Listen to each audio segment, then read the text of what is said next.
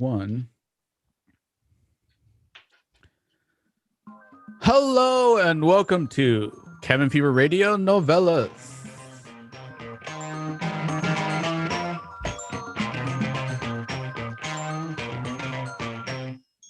Season 4, where an isolated group of talented actors and creators come together to stave off their madness and yours and keep us all entertained through dramatic readings of your favorite movies and TV shows, along with original material. This episode is sponsored by Vengeance Turns the Motion Picture. What started out as an original Cabin Fever radio show and podcast turned motion picture, since the title in the Vengeance don't matter. But we'll hear more about them later in the show. I am your host for the evening, Mr. David Ruano, and need more coffee. But this season, we are focusing on a series of feature-length films that have in one way or another inspired Vengeance Turns. But joining us for the reading is Moriah Hart, Rob Fury, Steven Ciceron, Rey Gonzales, Robert Christopher Smith, and Alicia Norberg, also known as which is literally the best name you can have.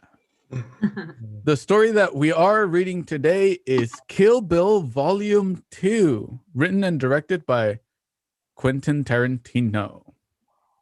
And as always, be sure to like, follow, and subscribe to Cabin Fever Radio on all social medias. The links will be in the description below, so you can stay up to date with our various shows, especially Vengeance Turns the Motion Picture. And remember that we are live and you can chat with us, and we would love to interact with you as we are doing the live stream. And for those watching and listening after the word, please feel free to leave us a comment on your thoughts on the episode. And again, as a side note and bonus, during the live stream, we will be raffling off some Vengeance Turns merchandise. And all you have to do is take a photo or screenshot of the live stream showing all of us and tag us on Instagram under Cabin Fever Radio. During the intermission, we will obviously, you guys know how many people have been included in the raffle, and we will select 2 winners and we'll contact you after the show. It's really that simple. But I can't stop watching Bobby. I know, right? As you can see, that's product placement. That's the pin. Yes, it comes and goes. It's actually an invisible limited edition magic. Free magic. Oh yeah. Yeah. And if we're ready to go, then we can jump right into, remember, we are reading Kill Bill Vol.2, written by Quentin Tarantino. This is Cabin Fever Radio. Maestro. Can she bake a cherry pie? Chapter 6. We have a close-up slot in a door. It slid open, revealing 2 male eyes on the other side. Yes. You had a game? Who are you? They call me Bill. Bill what? That no one ever calls me. A female voice from off-screen says to the doorman, "Open the door, Albert. Let's see what this Bill looks like."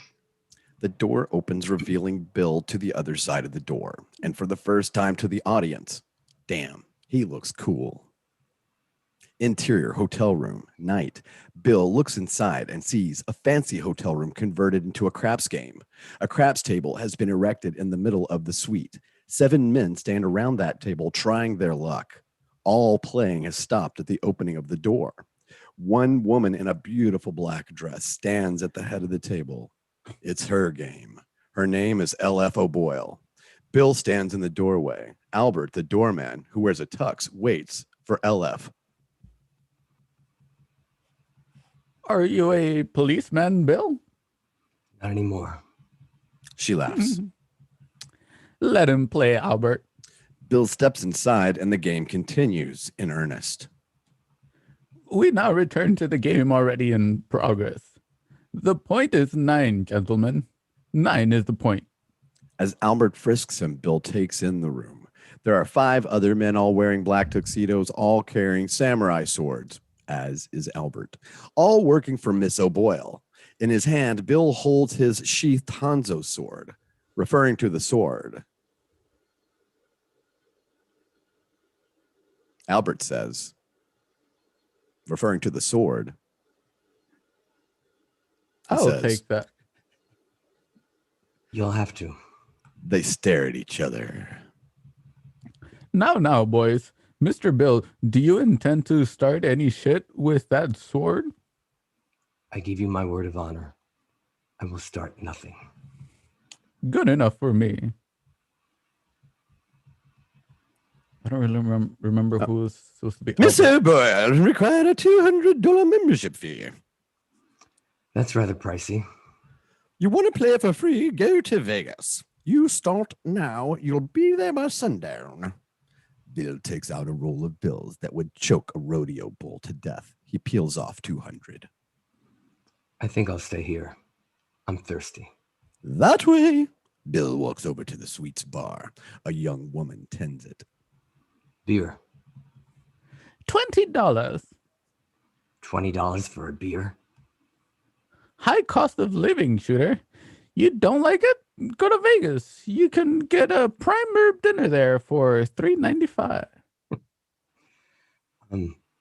What am I going to do? I'm thirsty. Pour the beer. The bartender produces a Dixie cup and a can of Budweiser. She pops the top and fills the cup, leaving half of the beer inside the can. She then offers only the cup to Bill. I don't get that. The bartender slowly shakes her head. No, you don't get that. He lifts the Dixie cup to his lips and says, Cheers. Bill approaches the table with his Dixie cup full of beer. Gentlemen, let's see if the new kid in school wants to play right away. How about it, new kid? You want to handle my bones, or do you want to just like to watch? Dropping his money roll on the table. I came to play. She's impressed. Boys, take a look at this man. He's what Webster's called a gambler. The dice belong to me, sir. With her table stick, she pushes the dice to Bill. He takes them and inspects them.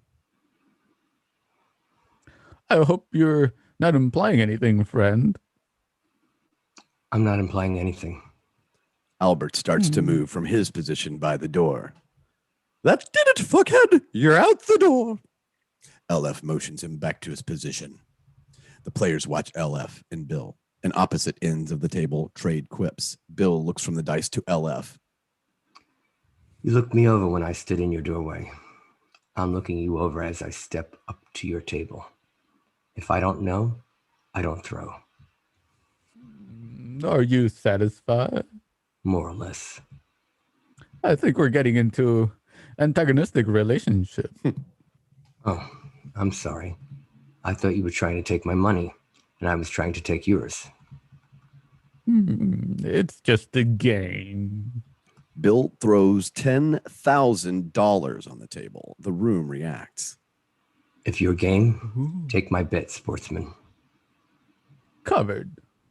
Bill smiles as he rolls the dice in his hand, then throws. 7. The room reacts. LF smiles and pushes the money and the dice back to Bill with her stick. He picks up his winnings, tosses them back on the table, and says, Shoot it all. The room reacts. Covered. He holds the dice in his fist and throws. It's a 5. The point is 5, gentlemen. 5 is the point. Bill throws. 5. More reaction, more money. Shoot it all. Covered. He shoots again. He wins again. LF moves the money in front of him. Bill picks up the stack of moolah. LF stands behind her table, stick in her hand, eyes on her opponent. In the midst of this silence, his beeper goes off. His eyes go to it. It reads, Ellie Driver. He raises his eyes from the beeper to LF, casually tosses the green on the felt and says, Shoot it all. Pretty lucky tonight, huh? Play a game of luck long enough, you're bound to meet some lucky people. You know, we've never been properly introduced. I am Left O'Boyle. And I'm not interested. No, you're rude. Oh, why so rude, rude boy? I'm only trying to be friendly. I didn't come here to make friends. I came here to shoot a little crap. But then your boy over there hits me up for a $200 privilege to play fee. Oh, that's a membership fee. Good for... You and nobody else. You sell at the bar a half can of warm piss at $20 a shot. How much did the 6-pack cost you? $5.60? $5.65? You're greedy, oh boy. You're just too goddamn greedy. You know what I'd like to do when I meet greedy people? Take every fucking thing they got. Leave them with nothing. So that's your game. You want to teach me a lesson? I want to burn you down. When I'm through with you, you won't have a pot to piss or a window to throw it out of. You'll thumb a ride out of LA wearing a barrel. I could always save myself this horrible fate by not taking on your bet. To be replaced by a different fate? The embarrassing truth that you run a gutless game? I won't forget it. I'm sure these gentlemen won't forget it. I'm sure they'll tell people who won't forget it. And we won't come back. If we don't come back, we won't get our money. A couple of weeks, you won't have a game. You've got a big mouth, lucky boy. And the idea of taking everything you've owned away and sending you out of the door with nothing but a red face is so appealing to me that I will take your bet, but not with these dice. Oh, that's... The house prerogative, and you know it. She holds out her palm, and 2 new pair of dice, black, are placed in her hand by one of her bodyguards. She sets the dice on the table and moves them in front of Bill with her stick. Bill looks down at them. Maybe you'd like to change your bet? Yes, I would. Shoot it all. Against myself. His hand scoops the dice off the table. He catches the young lady by surprise. What? Did I stutter? I'm changing my bet. I'm betting I don't make it. From the door, Albert says, "You can't do that!" Oh, yes, I can. It's the shooter's prerogative, and she knows it. Covered. He throws. Boxcars. The spectators go apeshit. Bill scoops up his money and looks to the lady whose game he just busted. Can I use your phone? Sure. It's next to the bed. Interior bedroom area of this hotel room. Bill sits on the bed talking with Ellie Driver on the phone. In the BG, in the background, LF is throwing everybody out. Game over. Get out. Get the fuck out. No more tonight. Go home. Bernita's dead? When? What about her family? Nice to see Kiddo hasn't gone completely apeshit. No idea where she is? Okay, that did it. We're going to Texas and talk sense into Bud before Bleep makes him number 3. He looks over at LF, and sitting on the floor of the bed, all the players have left. Only LF and her 5 tuxedo boys remain. We're going to have a talk about this later. Well, I'm not exactly among friends at the moment. I'll keep that in mind. All right, bye. He hangs up. Got a nose problem? I said you can use my phone. I didn't say I wouldn't listen. This is true. You don't burn me down, you know. Of course not. First rule of any house, you got to have lucky guy come in and wipe the place out insurance. If there weren't losers, it wouldn't be a game. Standing up, folding his winnings into his inside jacket pocket, looking at LF and her boys, he says, I sincerely hope you mean that. Without another word, he exits the hotel room. Nobody makes a move to stop him. LF O'Boyle and her henchmen stand still as they wait for the sound of the elevator in the hall. The bride's voice comes on the soundtrack. What LF O'Boyle didn't know was the real game was just beginning. Bill was on the job, and she was the target. Now, Bill was the greatest assassin of the 20th century. In fact, the term hitman was coined for him, and he rarely performs actual assassinations anymore. However, every once in a while, to keep his hand in, he does. Only he plays a game. He doesn't start big trouble. He lets them start it. If they do, they're dead. If they don't, not only won't he perform, he'll take the hit off the market. It's kind of fun watching people gamble when they don't know they're gambling, isn't it? They hear the elevator in the hall. LFO Boyle tells her men, Get my money back. Don't kill him. Chop off all his fingers. ouch. Albert smiles. The 5 men go out the door. Interior of the hallway of this hotel, the 5 tuxedo-clad bodyguards hit the hallway only to see Bill with his Hanzo sword unsheathed, standing at the end. This wasn't expected. They unsheath their swords. He charges at them. In the hotel's hallway, Bill cuts through the 5 men. His mastery of the Hanzo sword in his hand is peerless. He cuts through the first 4 rather quickly. The 5th one, Albert, is the most skilled, but he too falls under the master's blade. Interior of the hotel room. LFO Boyle hides in her room, holding a gun pointed at the front door. She sits in bushwhack mode, waiting for Bill or anybody, for that matter, to step through the doorway when the window her back is up against shatters, and a black gloved hand reaches inside and grabs her by the hair and yanks her out the window. Exterior of this hotel window ledge, night. Bill on the ledge of the hotel window, the 26th floor, mind you, outside LFO Boyle's room. He's yanked her outside and he's dangling her over the side by her hair. You know it, Jessica. LF is too hysterical to answer. Well, she knows you. He drops her. She falls. She goes splat. Bill watches her all the way down. When he's confident her fall was fatal, he leaves the ledge. We fade to black. We have the title card. Chapter 7, The Lonely Grave of Paula Schultz. We are outside Bud's trailer. It is day. A small camper trailer sits all by its lonesome in the middle of a barren Texas wasteland. A subtitle appears under this image. The City of Austin, Texas. A fist knocks on the trailer door. It opens, revealing Bill's brother, Bud. Not the slick Willie Bud with the black suit and the silver-tipped black cowboy boots we saw earlier at the Wedding Chapel Massacre. No, this Bud we see now is the Bud who climbed into a bottle 5 years ago, who got himself comfortable and decided to live there. Bill, looking like a cool million, stands out in the dirt and dust of Bud's lot of land, looking up at his brother in his natural habitat. In the background, we see Ellie Driver lounging in the passenger seat. Bud, surprised by the visitor, says,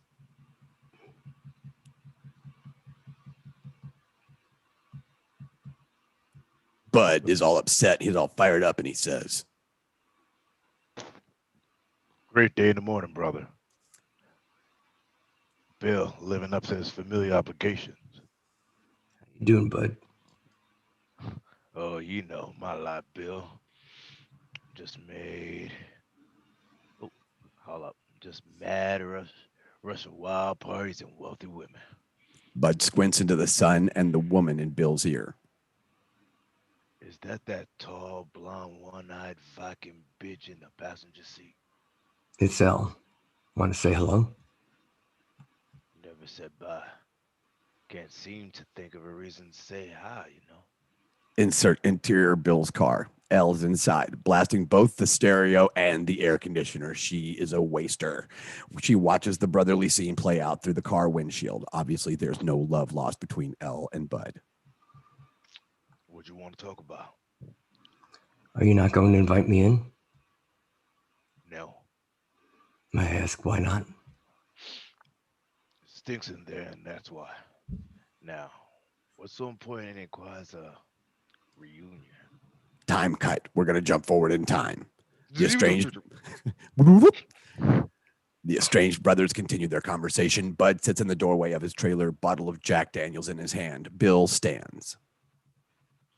You trying to tell me that she cut her way through 88 bodyguards before she got to Oren? There really wasn't 88 of them. They just called themselves the Crazy 88. Why? I don't know. I guess they thought it sounded cool. Anyhow, she had about 26 or 27 around her when bleep attacked. They all fell under her Hanzo sword. The mention of a Hattori Hanzo sword gets Bud's attention. He made her one? Didn't he swear a blood oath never to make another sword? Bill nods his head yes. She has a Hanzo Jinji sword. Oh, keep going. I'll repeat that line. Sorry about that. You're good. Yeah. He made her one? Did he swear a blood oath never to make her another sword? It would appear he's broken it. Bud doesn't say anything at first, but then... Them Japs know how to carry a damn grudge, don't they? Or is this just you tend to bring that out in people? I know this is a ridiculous question before I ask, but you by any chance haven't kept up with your swordplay? Hell, I pawned that off years ago. You pawned a Hattori Hanzo sword? Yep. This disrespect causes pain. It was priceless. Not in El Paso, it ain't. In El Paso, you got me $250 for it. Since it was a gift from me, why didn't you offer me the chance to buy it back? Because that would have required me to acknowledge your existence. Drunken bum that may be. I don't need booze like that. But who the hell gives a crap that but who the hell gives a crap anyway? That bitch ain't gonna get no Bushido points for killing that white trash piece of shit like me with a samurai sword. I'm a bouncer in a tiny titty bar, Bill. If she wants to fight me, all she gotta do is come down to the club, start some shit. Will be a fight. But you need to listen to me. I know we haven't spoken for quite some time, and the last time we spoke wasn't the most pleasant. But you need to get over being mad at me and start becoming afraid of B, because she's coming, and she's coming to kill you. And unless you accept my assistance, I have no doubt she will succeed. Bud sees Bill's true concern for his welfare. Bill tries to charm his brother. Can't we forget the past and look at the happy side of all of this? Bud chuckles. And what would be the happy side? What would the happy side be? She's brought the boys back together. Bud is touched by Bill's concern and just chuckles again. I appreciate your concern. I appreciate the concern on your face, but there's a difference between what? I cannot read this. In the boys in time can't erase. I think that's what it says. I can't read what it says, but I'm gonna go with it anyway. I don't dodge guilt, and I don't Jew out paying my comeuppance. That woman deserves her revenge, and we deserve to die. But then again, so does she. So I guess we'll just have to see now, won't we? Exterior of that little titty club. It's called the My Oh My. It's a sleazy little titty bar that Bud works at. His job is tossing out the riffraff that's worse than him. Out on their ear, minus a few of the teeth they had when they came in. Glorious style. His beat-to-shit pickup truck pulls up to the front, and he climbs out of the automobile. Interior of the My Oh My Titty Club. Bud walks into the wood-paneled titty bar. No stripping going on yet. Just a few barflies a-drinking. The owner, Ted, yells at him as he walks by. You are late, Bud. This shit ain't cool, you know. Bud doesn't say anything. He just moves toward the back, passing by a stripper serving drinks. Hey, Bud. Hey, Lucky. Another stripper walks out of the ladies' room, nice name, and says to him, Hey, Bud, honey, the toilet's at it again. There's a shitty water all over the floor. Oh, I'll take care of it, Susie Pie. Exterior of the My Oh My Club, night. A brand new enormous red pickup truck pulls into the parking lot and stops. The bride sits behind the wheel, looking at the bar and the bar's front door. Using the rear view as a mirror, she grabs her long blonde hair and pulls it back to a ponytail with a rubber band, then places a baseball cap on top of her noggin that reads, Stubbs Barbecue. She steps out of the truck's cab. She's dressed like a little Texas two-stepper, Levi's, cowboy boots, and a Harley Davidson Loud and Proud t-shirt. Interior, the My Oh My Club, night. The bride walks into the club just as the band on stage explodes into the honky-tonk guitar. She walks up to the bar and orders a Shiner. The bartender gives her a beer bottle full of Shinerbuck. As she drinks the Texas brew, she watches the band, the crowd, looking for Bud among the crowd. She sees him. He's the bouncer. She observes him. He's sitting on a stool, observing the crowd, moving his head to the music. Shawn Brothers zoom into her eyes. Vengeance theme plays on the soundtrack. Her hand removes her SOG from its sheath. She moves through the crowd of Texas two-steppers, SOG in hand, toward Bud, oblivious on his stool, when suddenly a big cowboy stands from his table, spilling every bottle and glass on it, and barfs everywhere. Bud curses to himself and heads over to the disaster area. The bride observes him clean up the puke. Exterior Texas highway, night. As the music from above continues, we see Bud driving his pickup truck on an empty highway home from work. He passes by the bride's new red pussy wagon parked on the side of the road. After he whizzes by, she starts up the motor but doesn't turn the lights on. She follows him, hanging way back in the dark. Bud driving, not seeing the automobile, cloaked in darkness, trailing him. Exterior Bud's trailer, night. Bud pulls his pickup truck in front of his small camper home. When he walks inside, shutting the door behind him, the bride rolls to a stop, observing the lonely trailer out of her windshield. Texas tear-ass music begins coming out of the camper. We see his figure pass the camper window once or twice. The bride chooses her weapon, Hattori Hanzo's samurai sword. She doesn't say anything, nor will an actress of Uma Thurman's caliber indicate her feelings. But I didn't see that before. But the astute member of the audience will read the significance of her choice. His current status be damned. The Bud who owes the bride satisfaction was a warrior, and it's that Bud she intends to send to his maker. She takes a black stocking cap and slips it on top of her skull, tucking her blonde hair underneath. Then rubs black makeup under both eyes, on top of both eyelids, and down the bridge of her nose. Then disconnects the cab lights above her, opens the truck door, and slips out unseen into the Austin, Texas night air. Then, on her belly, Hattori Hanzo's sword in sheath in hand, she crawls across the desert floor towards Bud's trailer.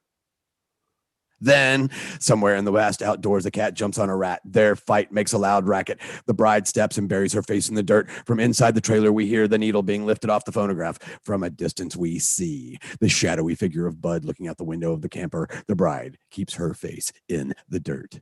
The figure of Bud at the window seems to dismiss the sound he heard for what it was, a rat meeting its end at the claws of a cat. The curtain closes again. The needle is placed back on the phonograph. Close-up of the bride, face in the dirt. 1 Mississippi, 2 Mississippi. Her eyes look up towards the trailer. All's clear. She begins crawling towards the trailer again. She's now right outside the trailer home. We can hear the sound of Bud sitting in a chair, rocking back and forth. She hears the sound of a screw top unscrewed, the sound of pouring into a glass, the sound of a glass being laid heavy on a table. Crouched low on the balls of her feet, ouch. With great care, slowly and silently unsheathes her Hanzo sword. Through the bottom slit in the door, she sees the distorted image of Bud's feet on the floor. She slowly rises, removes her black stocking cap. Blonde hair falls around her shoulders, sword in hand, left hand grabs the doorknob. Quick as a Texas lizard on glass, she brings the sword's handle down hard onto the door lock. Close up of the cheap lock busting. She flings the door open. The bride's POV, a old brother Bud sitting calmly in a rocking chair, moving back and forth to the Texas twang on his turntable, cradling, that's right, a double barrel shotgun aimed right at the bride. Some of that Sergio Leone type close up. The bride blinks. Both barrels blast into our face. The bride, standing in the doorway, is hit smack dab in the chest and propelled through the air backwards, landing hard on her back in the dirt. Bud, casually rising from the rocking chair, and lifts the needle off the phonograph, cutting off the music. Then, with shotgun in hand, stands in the doorway of the trailer, looking down at the bride. Bud's POV. The bride laid out in the dirt below him, sword separated from her grasp. Bloody mess down her front, groan from her throat. Bud steps down from the trailer onto the dirt, standing over the bride. Bitch, your sweet ass, that don't sin like a bitch. More groans coming out of the bride, the blood-spattered bride. You done got a double dose of rock salt right in your old titty. Now, not having tits as fine as big as yours, I can't even imagine how bad that shit stings. He lowers down on his haunches over her. But don't you want to neither? The bride, hurting and incapacitated from the shotgun blast, still nevertheless defiant, spits a gob of bloody saliva right in old Bud's face. Bud gobbles spit running down his cheek and nose. The cowboy removes a red bandana from his back pocket and wipes away that goo. Then his eyeballs go down to the spitter.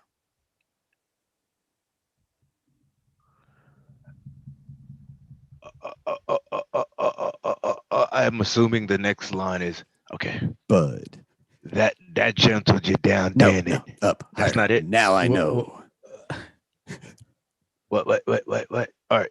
Oh, Now okay. I know. Okay, gotcha. Now I know when it comes to a rock salt bird, you're feeling pretty much as expert by now. But truth be told, you ain't feel all rock salt got to offer till you took a double dose in your backside. With the help of his cowboy boot, he rolls the bride over onto her stomach, exposing her butt. Snapping the barrel closed, he takes aim and fires both barrels, execution style, right into her keister. The bride does one thing she has yet to do with any opponent during the movie up until now. Her head rears back and she lets out a scream. That judged you down, didn't it? Yep. Ain't nobody a badass with two bells of rock salt dug deep up their backyard, huh? Then, almost mercifully, the man once known as the Sidewinder sticks a syringe in her arm, dropping her unconscious. Then, knocking down a swig of Jack Daniels, he removes a small silver cell phone from his pants pocket, raises the antenna, and presses the button on one of the panels. We're at the interior now of L. Driver's gym, Knight. The 6-foot-tall, long-haired blonde with the code name California Mountain Snake is doing a savage boxing workout with her coach. This is one white bitch who can kick some serious fucking ass. With one mighty blow from her huge right arm, synced to the sound of a car crash, her boxing coach buys the farm. L on the cell phone. We cut back and forth. Bill? Brother, you hateful bitch. Bud? Bingo. And what do I owe this dubious pleasure? I just caught me a cowgirl. Ain't never been caught. That got L's attention. Do you mean what I think you mean? If you think I mean I got you thought you're right. Did you kill her? Not yet, ain't. But I could be sure do ain't easy though enough. She's so gentle right now. I could perform her a coup de grace with a rock. What are you waiting for? Run out of liquid courage? No. It's just I ain't killed nobody in a long goddamn time. And just between you and me and Jesus Christ, kind of made me a promise I wasn't gonna. Be that however it is, back when I did kill people, I got paid for it. Just don't seem right. Turn amateur this time of life. We stay on L's side for the following exchange. Anywho, guess I'm holding in my hand right now. We cut back to Bud's side, and what he's holding is the bride's Hattori Hanzo sword. A brand spanking new Hattori Hanzo sword. And I'm here to tell you, L, that's what I call sharp. How much? Whoa, that's hard to say, seeing its priceless and all. I'll give you $100,000 for it. Sounds like we got a deal. Nope, I'm sure you would. Where is that? I'm literally trying to find it. I'm sure you would, but I'll take $1 million. I don't even see that. What is up? Oh my Lord. I don't even see that part at all. I'm sure you would, but I'll take $1 million. Yeah, I'm sure you would, but I'll take $1 million. Geez, bud, who'd ever guess you were such a capitalist? I thought you drunks like yourself were beyond such monetary concerns. Well, Sound $1 million buys a whole lot of Jack. cool. Well, L, $1 million has a whole lot of Jack. Why then are you selling it to a hateful bitch like me when you know Bill would pay more? If I'm gonna drink myself to death, it won't be on Bill's dollar. It's gonna be on yours. What's the terms? All right. You buy a ticket to Texas, and I'll see you here tomorrow morning. You give me $1 million in folding cash, I'll give you the greatest sword ever made by man. How's that sound? Sounds like we got a deal. On one condition. What? You kill her tonight. And one more thing. You said one condition. It's a caveat to the same condition. What? She must suffer to her last breath. That, L, darling, I could pretty damn well guarantee. Then I'll see you in the morning, millionaire. We cut to an overhead shot, exterior cemetery night. We look down on a spooky Texas graveyard. Tombstones, graves, dirt, low-hanging fog. This could be the opening shot of a Texas zombie movie with Robert Rodriguez at the helm. We also see two men with shovels, one which is Bud, the other which is Ernie, digging up a grave. Bud's beat-to-shit pickup truck is in the shot too, its headlight beam shining out on the two men. And last but not least, the bride, bound and gagged, lying in the flatbed of Bud's pickup. The bride, she begins to come to from the shot in her arm. Some dried blood lies caked around her wounds. Rope binds her wrists tightly together in front of her. A big leather cowboy belt is wrapped tight around her cherry brown cowboy boots. Her eyelids flutter open and she sees stars. A giant black Texas night sky full of them. She has no idea where she is. She turns her head to the left and sees a back window in the cab of a truck. She turns her head to the right and sees hatch gate to the flatbed. She listens and hears crickets, the sound of two men digging. One of the men says something to the other in Spanish. Then she sees one of the shovels hit something buried. The two men speak to each other in untitled Spanish. Then we hear them lifting something heavy. We might assume is a coffin. The bride, however, knows not what to think. Boom! They set it down. She hears the boots approaching the flatbed, the crunching of leaves leading in her direction until, with a clang and a scrape, latches on the gate of the flatbed are yanked out, and it lowers open with a crash, revealing Bud looking down on her. Wakey, wakey, eggs and bakey. He grabs her by the hair and yanks her out of the truck. She falls to the dirt hard. Once in the dirt, the bride sees an old coffin that's been dug up.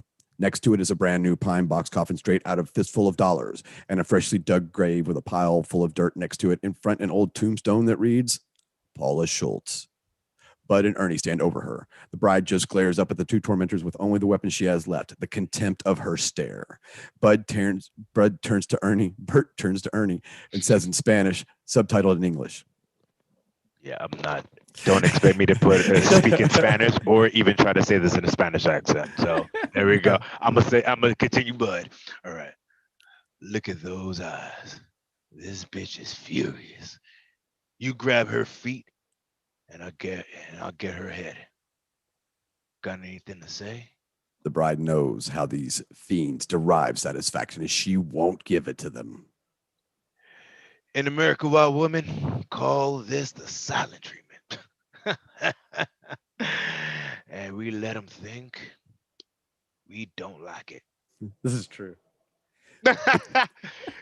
The two fiends laugh, then bend down to lift the bride and carry her over to the pine box. She struggles with her bound legs and arms. Both men drop her to the ground. Bud whips out a can of mace from his pocket. Hey, wiggle worm, look at this. He holds the can of mace spray by her eyes. She stops. Her eyes go to the nozzle of the spray can, then to Bud. Looky here, bitch. This is a can of... and I don't have the rest of that script line. Mace. Now you're going underground tonight. And that's all there is to it. But when I bury you, I was going to bury you with this. He removes a flashlight from behind his back and turns on the beam. But if Look- you're gonna act, Yeah. okay, that's the next. Okay, there. But if you're gonna act like a horse's ass, I'll spray this whole goddamn can in your eyeballs. Then you'll be blind, burning, and buried alive. So what's it gonna be, sister? Her eyes move to the right, indicating the flashlight. You may be stupid, but at least you ain't bloody stupid. The two men lift up the bride and carry her over to the pine box and place her in. Bud puts the flashlight inside. He picks up the pine lid and is just about to place it over the coffin when he locks eyeballs with the bride. Her eyes hold his for as long as she can. Then he places the lid over her face, closing the coffin. Then, with a hammer and nails, the two men seal the coffin shut. Interior of this pine box is dark, except for the crackle of light seeping through between the lid and the box. However, with each nail pounded in, more light is cut off until the only light left is the crack by the bride's head. The last hammered nail obliterates that light source. The bride lies in total darkness. Exterior cemetery night. The two men lift the pine box and set it in the grave. Bud scoops a shovel full of dirt. Close up of the bride's fingers inside the pine box. She turns on the flashlight. Close up of the bride, lit by the flashlight beam. Bam! A shovel of dirt has just landed hard on the lid, making the bride jump. Bam! More dirt. She reacts again. Bam! The dirt just keeps falling. The bams keep becoming softer with each new shovelful. Bam! Emeragasi. Bam! Yeah, that's what I was thinking. The bride is starting to perspire. Her breathing becoming more rapid and panicked. Her heartbeat begins to echo inside the pine box. We've never seen her like this before. She's starting to lose it. She lets out a scream. She screams again. Her bound at the wrist and hands, her bound at the wrist hands move to the lid. She pounds on it. Her bound feet kick up at it. She starts to cry. She's getting hysterical. Her fingers begin clawing at the wood lid until they're ripped open and bleeding, leaving bloody trails on the wood until she exhausts herself. All the while she's been screaming the words she can't even imagine coming out of her mouth. Help me. The bride halts her hysteria. She wipes her eyes and runs her hands down her face, mentally sending the little girl she became back to wherever she came from. The woman we know as the bride is back, and she talks to herself. Well, now that you've had a nice good cry, let's figure out how to get out of here. You're breathing like you've just been fucking. Calm down, close your mouth, start breathing short breaths through your nose. She does. That's a lot better, but you're still too agitated. Can you hear your heart? It's like I'm buried alive with Buddy Rich. Turn off that flashlight. Not beer. Fear comes into her voice as she combats herself. No, I can't turn off the light. Yes, you can. The darkness will have a calming effect. Now turn off the fucking light. She does, and the screen goes jet black. Exterior of the cemetery, night. Bud and Ernie are finished filling the grave, the old coffin with the body of Paula Schultz in the back of the flatbed. Before they climb into the truck and drive away, Bud lays a dozen red roses on the bride's grave. Interior Bud's trailer. It's moving, night. Bud behind the wheel, Ernie in the passenger seat, car radio playing Mexican music. Bud's silver cell phone rings. Hello. Interior airplane flying, night. Elle driver sits in a seat on a passenger jet en route to the great state of Texas. She calls Bud on the airplane phone. Did you do it? Elle, darling, she's suffering as we speak. A smile spreads across Elle's face. She rests her head back against the seat's headrest. Her eyelids close. She slightly parts her lips and lets out. This is the face of satisfaction. Fade to black. Black frame. Title appears. The cruel tutelage of Pai Mei. Fade up into the exterior mountain range, China, day. We see a beautiful mountain range in the middle of China. A subtitle appears underneath. Smack dab in the middle of China. A voice overspoken by Bill tells us a story over this landscape. Bill. Once upon a time in China, some believed around the year 1903. As Bill tells the story, it will be illustrated on screen by footage from the old Shaw Brothers martial arts flicks of the 70s, especially films that feature Chinese actor Lo Li as the old white-haired, white-browed villain Pai Mei. Head priest of the White Lotus clan, Pai Mei was Somehow I got muted. walking down. Wait a minute, I'll pick up in a second. Walking down the road, contemplating whatever a man with Pai Mei's infinite power would contemplate, which is another way of saying, who knows? When a Shaloan monk appeared on the road, traveling in the opposite direction. As the monk and priest crossed his paths, Pai Mei, in a particularly unfathomable display of generosity, gave the monk the slightest of nods. The nod was not returned. Was it the intention of the Shaloan monk to insult Pai Mei, or did he just fail to see the generous social gesture? The motives of the monk remain unknown. What is known were the consequences. The next morning, Pai Mei appeared in the Shaloan temple and demanded that the temple's head abbot offer Pai Mei his neck to repay the insult. The abbot at first tried to console Pai Mei, only to find Pai Mei was inconsolable. So began the massacre of the Shaloan temple and all 60 of the monks inside at the fists of the White Lotus. And so began the legend of Pai Mei's 10-point psalm, exploding heart technique. What, pray tell, is a 10-point psalm, exploding heart technique? Quite simply, the deadliest blow in all of the martial arts.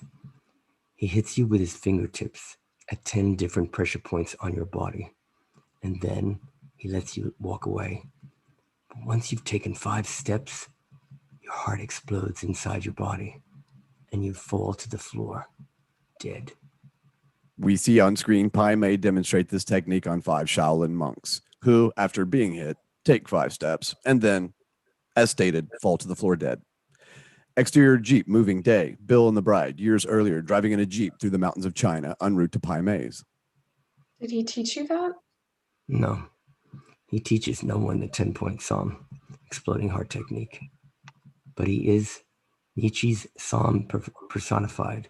If Pai Mei doesn't kill you, he will make you stronger. Now, one of the things I always liked about you, kiddo, is you appear wise beyond your years. Then allow me to impart a word to the wise. Whenever, whatever Pai Mei says, obey. If you flash him, even for an instant, a defiant eye, he'll pluck it out. And if you throw any American sass his way, he will snap your back and your neck like they were twigs. And that will be the story of you. Exterior, the White Lotus Temple day. The bride sits in the Jeep by herself, parked in front of the priest Pai Mei's home, located high up on top of the White Lotus Mountain. For over 100 years, his home used to be the temple of the White Lotus clan, and he was the temple's head priest. The temple served as a home to over 60 priests and disciples. But now, the year 1990, the White Lotus clan is no more. All the priests have died. All that remains is a very old man who once upon a time, some worshipped as a god, and some feared as a devil. Neither was wrong. A huge stone staircase of 100 steps climbs up a hill leading to Pai Mei's home. Bill climbed down to the Jeep. He'll accept you as his student. Caught him in a good mood, eh? More like a sadistic one. She climbs out and gets her bag out of the back. Bill casts a glance at the stone steps he just ascended. Just seeing those steps again makes me ache. You're going to have plenty of fun carrying buckets of water up and down that fucker. Why did he accept me? Because he's a very, very, very old man. And like all rotten bastards, when they get old, they become lonely. Not that that has any effect on their disposition, but they do learn the value of company. When will I see you again? That's the title of my favorite soul song of the 70s. What? Nothing. When he tells me you're done. When do you think that might be? That, my dearest, all depends on you. Now remember, no backtalk, no sarcasm. At least not for the first year. You're going to have to let him warm up for you. He hates Caucasians, despises Americans, and has nothing but contempt for women. So in your case, that may take a little while. Adios. Zoom. The Jeep speeds off down the road, leaving the bride all alone somewhere in the middle of China. She begins the journey before her by ascending the 100 steps to Pai Mei. Interior, the White Lotus Temple. The huge temple is exactly like it must have been 100 years ago, except now it's empty and dusty. The bride enters. She's winded from climbing up those fucking steps. Hello? Her voice echoes in the cavernous temple. Pai Mei's voice echoes back. You're muted. If you could repeat that again. You're muted. You have to turn your microphone back on. Rob. That's what happened to it's me. I don't know. Ray. Up the stairs. Oh, Ray? Oh, yeah. okay. Yeah, I was Mike. mixed up. Whoops. Up the stairs, Yankee woman.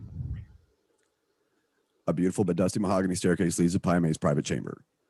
Ugh, more stairs. Jesus Christ. The still unseen man's voice booms back. If it is a Christ you seek, turn back now. She climbs the wooden staircase. Interior, Pai Mei's private chamber. Pai Mei's POV, we see through Pai Mei's pupils, through a sheer scarlet scrim that hangs down in front of his sitting area. The bride enters the room. She approaches the old man, reaches the edge of his sitting area in the front of the scrim, lowers to one knee and bows her head. From here on in, whenever English is spoken by the bride, or every once in a while by Pai Mei, it will be spoken in English in live sync sound. However, when Mandarin is supposedly spoken, it comes out of their mouths as dubbed English, like a 70s Shaw Brothers Chopsaki flick. Teacher, I am unworthy to be your student. Pai Mei is still unseen. Your Mandarin is lousy. Can't understand a single word you say. It causes my ear discomfort, and you are not to speak unless you're spoken to. Do you understand Mandarin? Maybe better than you speak it. I speak Japanese very well. I didn't ask if you speak Japanese or Mongolian. For that matter, I asked if you understand Mandarin. A little. I'm still learning. You are here to learn mysterious of Kung Fu, not linguistics. If you can understand me, I will communicate with you like I would a dog. When I yell, when I point, when I beat you with my stick. Her head remains bowed, eyes to the floor. We cut to Pai Mei. He's just like he was in the films earlier. Long white hair, long white beard, long white eyebrows, same white flowing white robe. Everything's the same, except he's older by about 100 years. He sits stone still in the sitting area on the other side of the sheer scarlet scrim. Bill, is your master is not? Yes, he is. Your master tells me you are not entirely unschooled. What training do you possess? I am proficient in a combination of tiger and crane style, and I am more than proficient in the exquisite art of samurai sword. The exquisite art of the samurai sword. Don't make me laugh. Your so-called exquisite art isn't only fit for Japanese fat heads. You really are silly ass. This brings up the bride's eye. She glares at the old man. Impudent dog, you dare glare at me? She lowers her eyes. I'm sorry, master. Silence. I do not wish to hear your intelligible excuses. Pause. Then Pai Mei softly laughs to himself and strokes his long white beard. Your anger amuses me. Do you believe you are my match? No. Are you aware I kill, I will? Yes. It is your wish to die. No. Then you must stupid, and let me get a better. Look at your ridiculous face. Ha. She rises, close above the bride through the scrim, eyes down. Pai Mei laughs to himself again. You breathe hard. The 100 steps are robbed you or you win. So your stupidity is matched only by your weakness. Is there anything you do well? Oh yes, you speak Japanese. I despise your goddamn jobs. I would I would offer a tough an American will be immune to pompous posturing. Apparently, I was wrong. Go to that drawer. The blonde woman goes to a large wooden drawer. She opens the drawer. It's filled with just about every type of edged weapon. Remove the sword. The bride removes a large, heavy steel Chinese sword. Pai Mei rises from his sitting position and for the first time parts the scrim, approaching the bride. Let me see how good you really are. Try and land a blow. If you land a single blow, you blow down, call you a master. The bride doesn't need a second invitation. She attacks him with the sword. He deftly moves out of the way. The fighting style is now like an old Shaw Brothers film, with Pai Mei dodging at will all of her rapid sword slashes. Quick and skillful as her moves are, they're also full of effort and frustration, while Pai Mei effortlessly moves out of the sword's path. He's amused, and he speaks while they fight. Come now, woman. Can you even hit an old man? She tries and tries. Your ability really is quite poor. He strikes her with a blow to her chest, delivered with an open palm that sends her flying back hard against the wall. She clutches her chest and coughs up some blood. Pai Mei laughs as he again strokes his long white beard. Ha, ha, ha, ha. I have fought cripples who pose more of a challenge. Now fight, God damn you. She attacks with a wildcat's fury, maybe even a badger. He hops and ducks and dodges her sword easily. He leaps high up in the air and lands standing on the blade of her sword. The bride looks down the blade of her sword and can't believe it. Pai Mei smiles at her and says, From here, you can get an excellent view of my foot. He does a backflip off the sword, kicking the bride in the face in mid-somersault, sending her crashing through a wooden wall. The bride emerges from the hole in the wall. Pai Mei stands waiting for her, twirling the sword in his hand like a cheerleader twirling a baton, till the twirling stops. The sword's handle is pointed towards the bride. Give up, or care to cry again. The bride's face shows determination, not to win, not even to land a blow, that she knows is impossible. This man's ability is truly amazing. However, be that as it may, she's determined not to quit, and through that not quitting, she's determined to distinguish herself in his eyes in some way. She takes the sword from him and tries again, but this time Pai Mei keeps grabbing her arm that holds the sword, manipulating it into positions that would do the young girl harm, like bringing the blade up against her other arm, poised to cut it off. That blade sharp. Careful not to cut off your own arm. Then he twists her arm till the blade's against her own throat, then twists again till it's against her hip, then twists it again until, while kicking her leg, till the blade's edge is against her thigh. If you can't fight any better than that, what use do you have for a leg?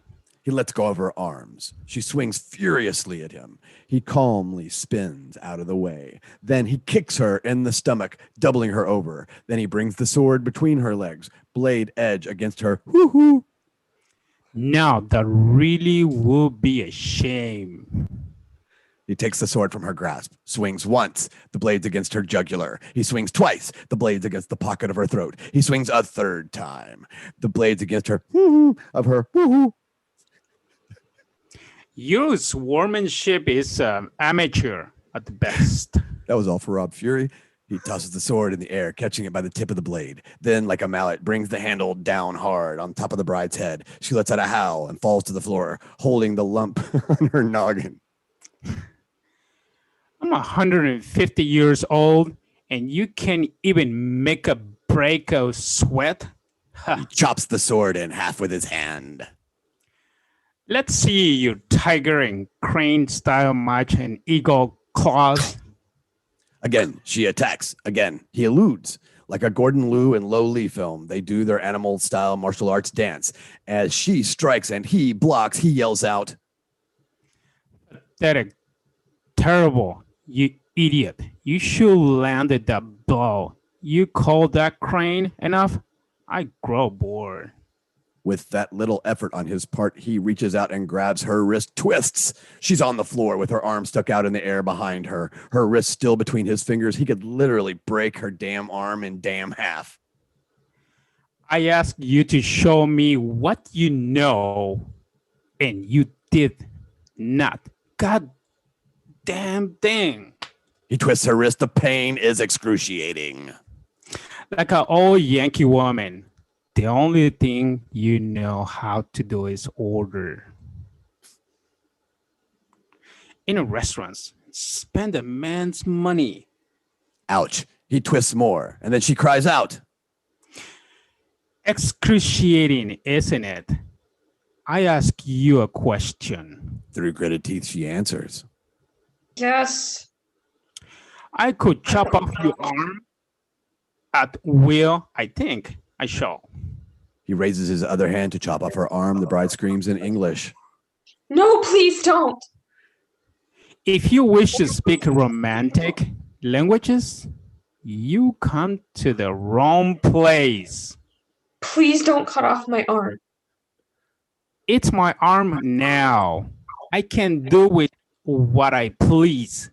If you can't stop me, I suggest you cry. I can't. Because you are helpless. Yes. Have you ever felt this before? No. Compared to me, you are as helpless as a worm fighting an eagle, aren't you? Yes. That's the beginning. He lets go of her wrist. She cradles still throbbing arm. It's your wish to learn how to make others as helpless as you were. Yes. Can you cook? Yes. I'll be the judge of that. Draw me a bath. Your strengthening will begin tomorrow. The arm's still mine. You may lose it yet. Some roommates are tougher to move in with than others, you guys. Time cut. Exterior White Lotus Temple day. Pai Mei stands in front of a wood wall 3 inches in front of him. His right fist is cocked back by his breastplate. He's concentrating on a certain spot on the wall. The bride stands behind him, watching.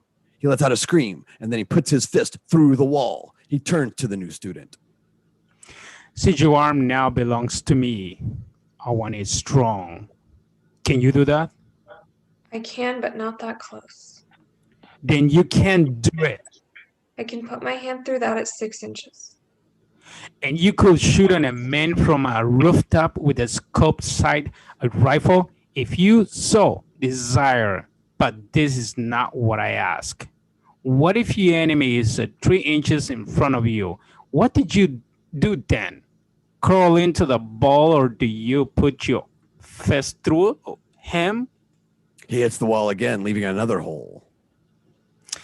Now begin.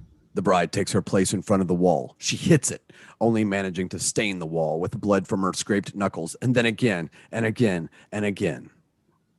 Interior, dinner table, night. Both Pai Mei and the bride sit at the dinner table. Pai Mei concentrates on eating. The bride's hand is scraped bloody. She tries to eat a bowl of rice with chopsticks, but her fingers won't work. She puts down the sticks and takes a scoop of rice with her fingers. Pai Mei whacks her on top of her head with his stick. If you want to eat like a dog, I will make you live and sleep like a dog outside. If you want to live and sleep like a human being, pick up those sticks. She picks up those sticks. The wood wall, the bride hitting it. She looks at her fucked up hand and then to the wall, hesitating, and then Pai Mei's behind her. It is the wood that should fear your hand, not the other way around. No wonder you can't do it. Your acquaintance, this defeat before you even began. He walks off in a huff. Now we're at the exterior of a pit in the daytime. Pai Mei and the bride stand at the edge of a large, round, deep pit dug in the earth by the bride. In that pit is a rat. We see one lone rat in this huge pit. And the sky is a bird. Pai Mei brings a golden bow and arrow into frame and shoots up in the sky. A bird falls to the earth with a golden arrow stuck through it. You are to go into that pit and catch that rat with your bare hands. If you catch that rat, I will deem you the victor. And tonight you will dine on a bird. But if you can catch that rat by sundown, I will deem the victor to a rat. And because of your disgrace to my student, I will be forced to kill it, and then I will force you to consume his body because be my student. You must develop a taste of victory. Every school should be run this way. She hops into the pit, gets down on the ground, locks eyes with her rodent opponent, and goes after it. The bride, practicing her tiger crane combo kung fu. More wall, back to that wall. At night, punching the wall in front of her in her sleep, trying to catch the rat to no avail. When a golden arrow kills the rat, she looks up and sees Pai Mei, golden bow in his hand, looking down on her. It's sundown. She stands, dusting herself off. She's dirty from the chase and looks at her teacher. She picks her dead foe up from the earth and removes the golden arrow. Then, with the rat in her hand, she looks up to her teacher.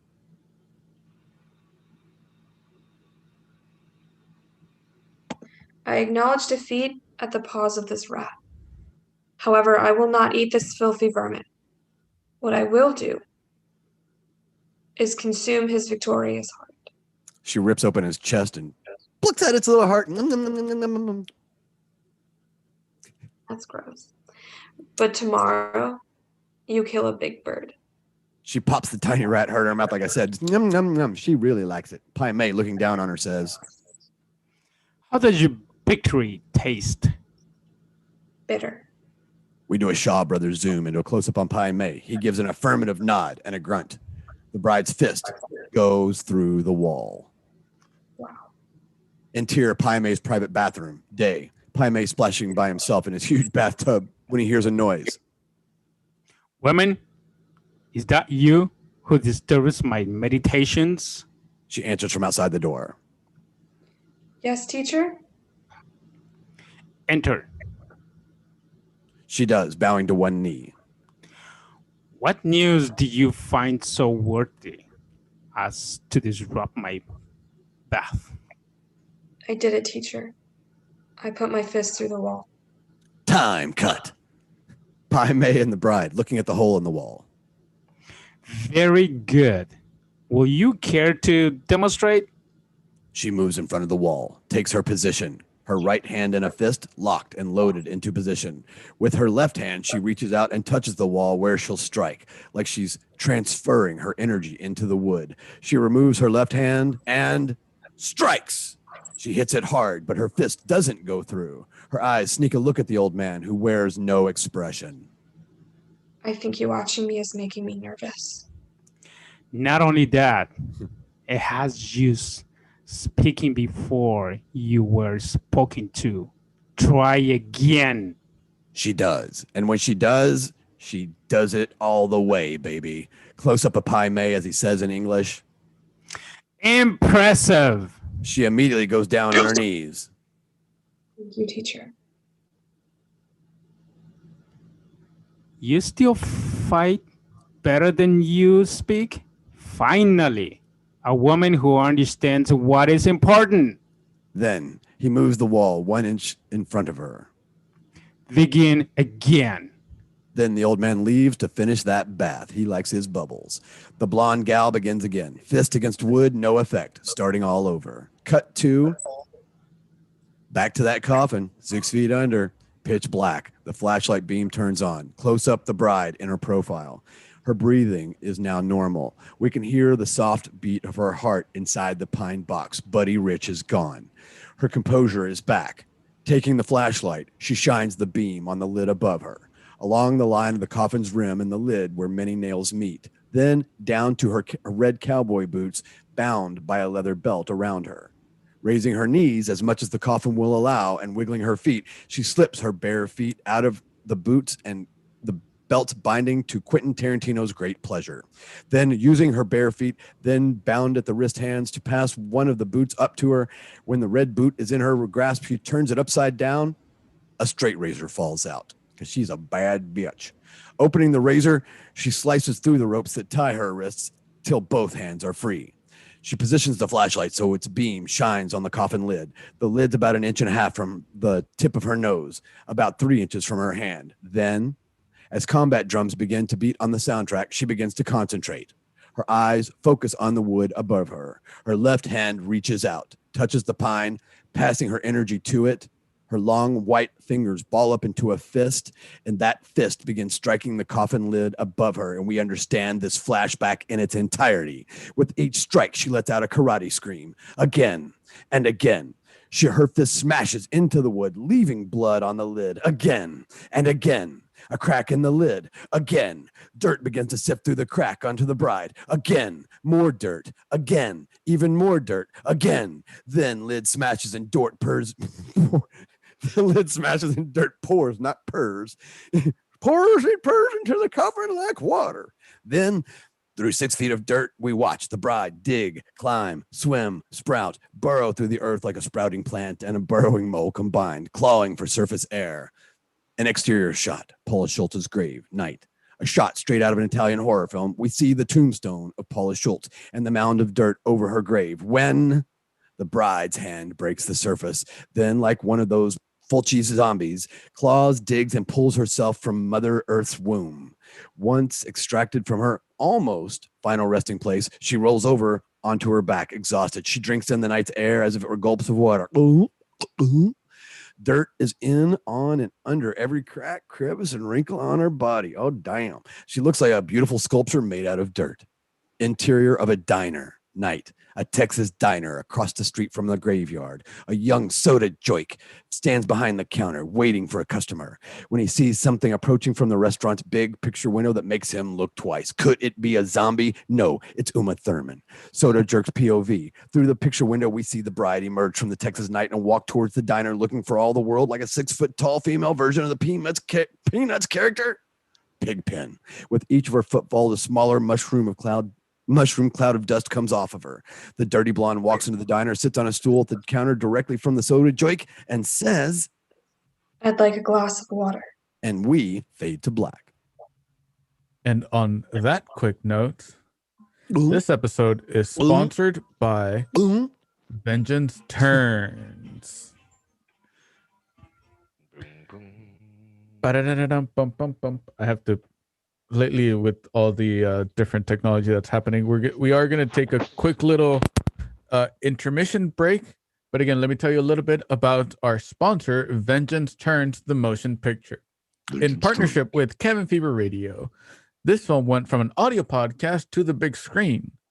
Takes place in 1876 California, starring Paula Luelmo as Rebecca Falcone, a young woman who loses everything, including her beloved husband, son, and daughter, in a violent attack that leaves her for dead. When a young man, played by Azim Vecchio as Simon Coltrane, rescues her and helps her find those walking dead men, as her lust for bloody vengeance turns her into a murderous vigilante. Starring Jamal Gardner as Jefferson Coltrane, alongside our very own Moriah Hart as Hester Blake, and Nevin Milan as Ghost with Silent Knives. It also includes Rob Fury as Bronson, Rey Gonzales as one of the bad guys, and Steven Ciceron as the very own sheriff of the town. I kind of ad-libbed that. Did you notice that? I ad-libbed that. Yeah, that's how you do it. Vengeance Turns the Motion Picture will be premiering in film festivals in the 2021-2022 season, but you don't have to wait till then to get your fix on the film. You can visit vengeanceturns.com to check out the official trailer, as well as get your hands on limited run merch that is available today. You can get a direct link to the site and store in the description below, or simply visit vengeanceturns.com. That is vengeanceturns.com. What are you waiting for? Go check it out after the show and get yourself a poster, a shirt, pins, stickers, watch the some behind the scenes, watch the trailer, do something. Go check it out. And stay tuned for more, including sneak peeks of a graphic novel. What? Yes, you heard it here. You heard it now, because I am saying it. Remember, that is vengeanceturns.com.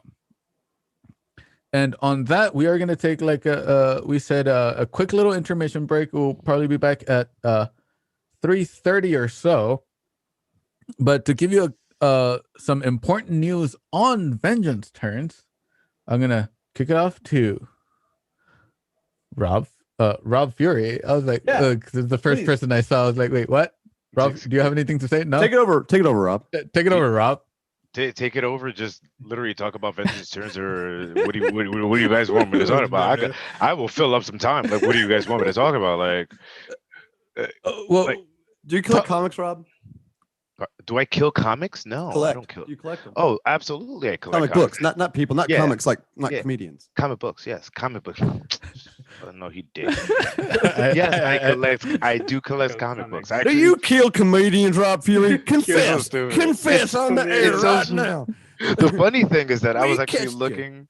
I was going in my garage and like I found my big like stack of comics because I haven't really like put my stuff out since they moved, and I was just looking through all my books and I found like all my DC Crises books. So it's like Crisis on Infinite Earths, Infinite Crisis, Final Crisis, and I found like all the issues, the 52 issues leading up to it, and I'm like, I started weeping. And Tori's like, "Are you crying right now?" I'm like, "Dude, this is like story gold right now." You know, it's just like it makes me feel good. It's like I'm actually going to go out of my way and actually read some of my old comics. And I have like 40 pounds worth of comics that I never read. So I'm going to start actually doing that too. That is a very interesting way to denote the amount of comics in pounds. 40 pounds. Not books. Because you don't know how many books. You have it in pounds. I have 40 pounds. At the peak of my collecting, here's the way I used to describe it to people. I used to say I have a bedroom with 29 long boxes in it. 29, Jesus Christ. Yeah, that was all that was in that room, was just long boxes of comics. Yeah, that's way more than 40 pounds, dude. Yeah, that's way more than 40 pounds. Yeah, pounds. Oh, this is 1,000 pounds of comics. I lost them. I lost them all in 2012, and it's funny you brought up like getting stuff from the past and tearing up, because back last year when my settlement came in after an accident that I'd had, I was able to get like a couple different things that I'd lost. I was able to get back all of like the Last Man. I got it all in a omnibus. Nice. I got the Sandman Volume 1 in an omnibus.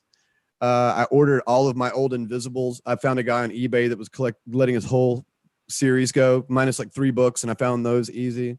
So nice. I've been spending the last several months rereading a lot of early DC Vertigo stuff. That's awesome. It's been a blast, man, and it really is nostalgic as shit. Because sometimes I feel like I've never read them before. You know, sometimes it seems like the first time I've ever seen them, and that's one of the exciting things. Like right now, if you see behind me, you can't see all of the art, but that picture, if you go see it on our like website and stuff, it's by Kurt Belcher, who I work with a lot.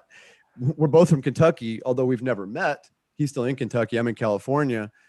And we've been talking for years about working on a project together, and we think we finally have it. And it's going to be the Vengeance Turns story that I was talking about earlier. I don't know if you've heard about this, Rob. I know that Steven Ciceron earlier was sad because he didn't get to hear the reveal, and he's going to miss it again. But I wrote a comic book story that picks up where the movie leaves off. In fact, it actually picks up while Mia and Simon are in the barn with Jefferson's dead body at the end. So whoa! Spoiler alert, bro! Yeah, big spoiler. Yo, geez, you gotta say shit like that. You gotta say spoiler alert before you say something like that. You could just say at the end of the movie. That's it. The podcast is out there, and this is going to be the first scene of the comic book, and the comic book is coming out before the movie, so it's going to be kind of neat. But Bobby, not everybody knows that the podcast, how it matches, if it matches 1-to-1, or there are liberties and new things in the movie. So let's not spoil anything for other people now. I'm getting ready to spoil some I won't spoil one of the big things. But I will say this. I'm going to tell you this, is that a major character from the movie dies in the comic book. Ooh. Yeah. That's cool. Foreshadow. Yes. Foreshadowing is perfect. By the way, just to chime in real quick, I literally sent David Ruano the video of my screen, the script that I had. I literally had missing dialogue. That's why I was like, dude, I have no idea what you're talking about. I literally like I'll send it to you too. Like I thought it was so literally funny, has, dude. it had like it was like it had barcodes and just dots on it. I'm gonna text it to you. It's so weird, but continue what you were saying. It's just so weird.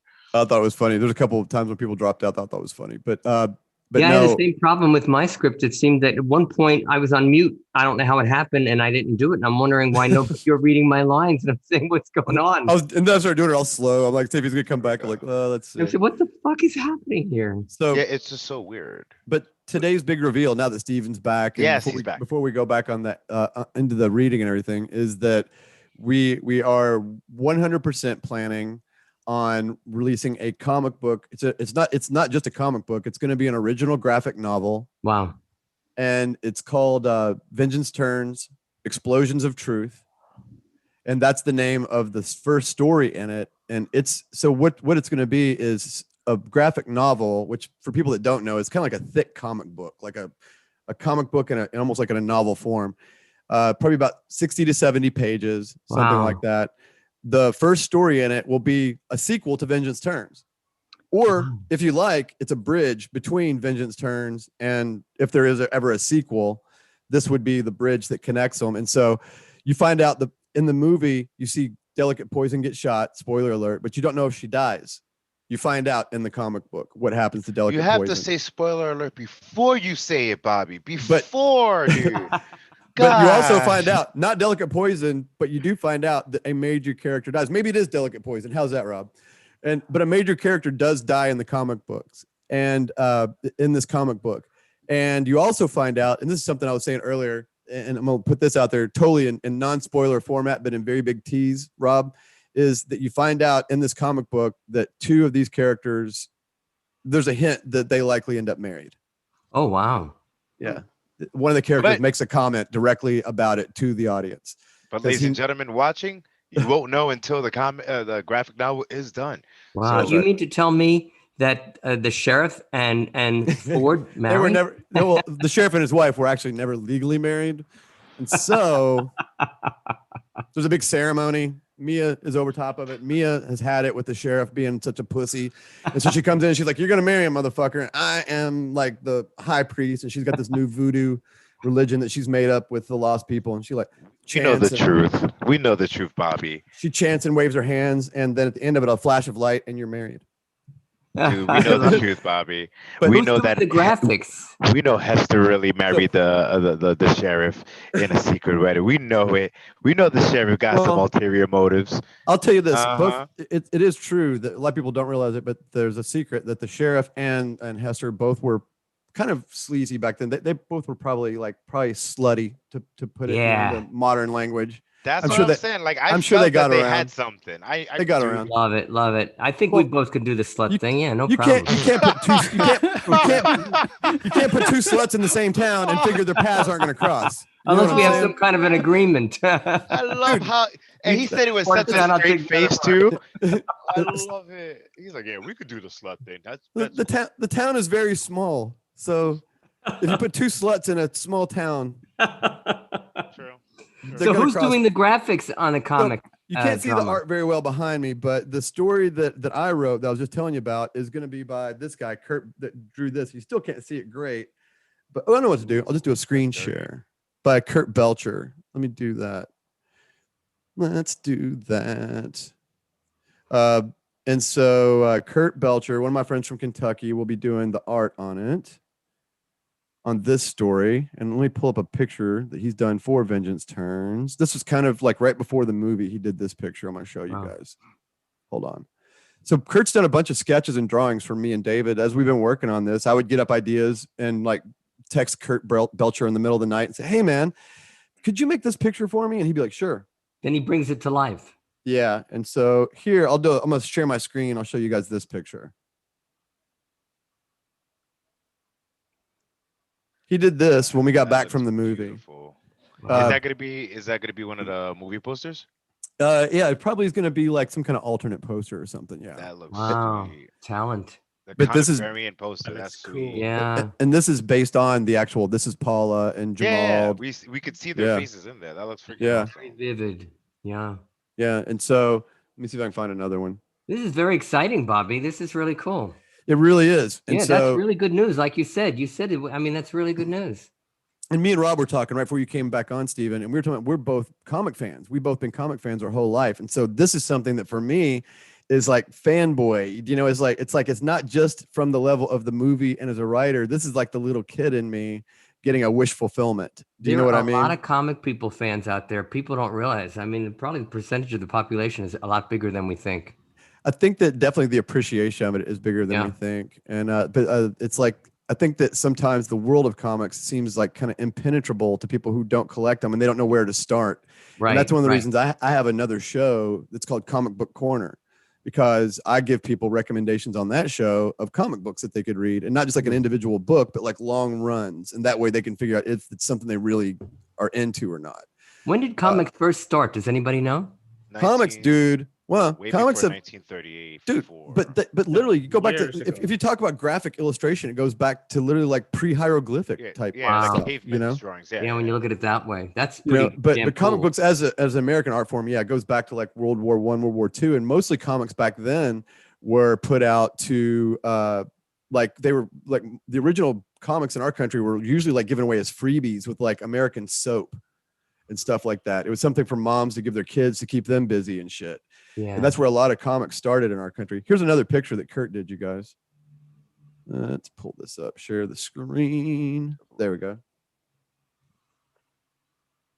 Can you guys see that one?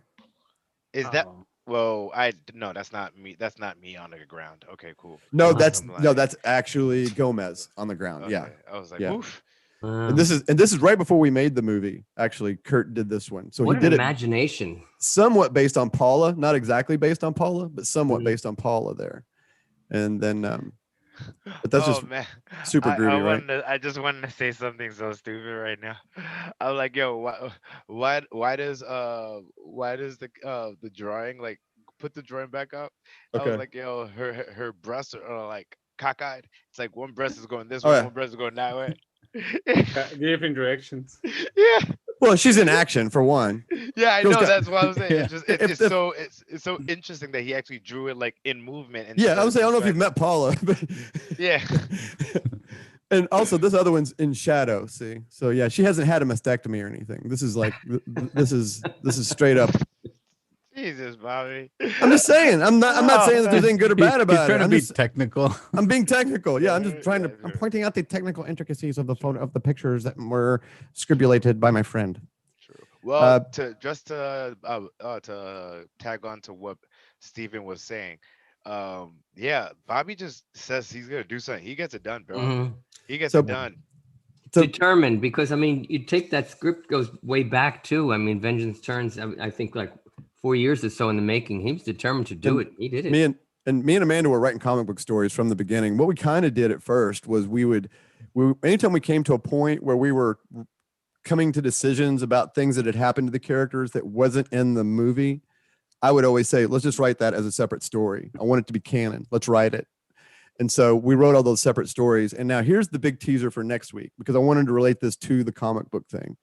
And this is assuming we come back next week. You never know. It's week by week with Cabin Fever Radio Novelas.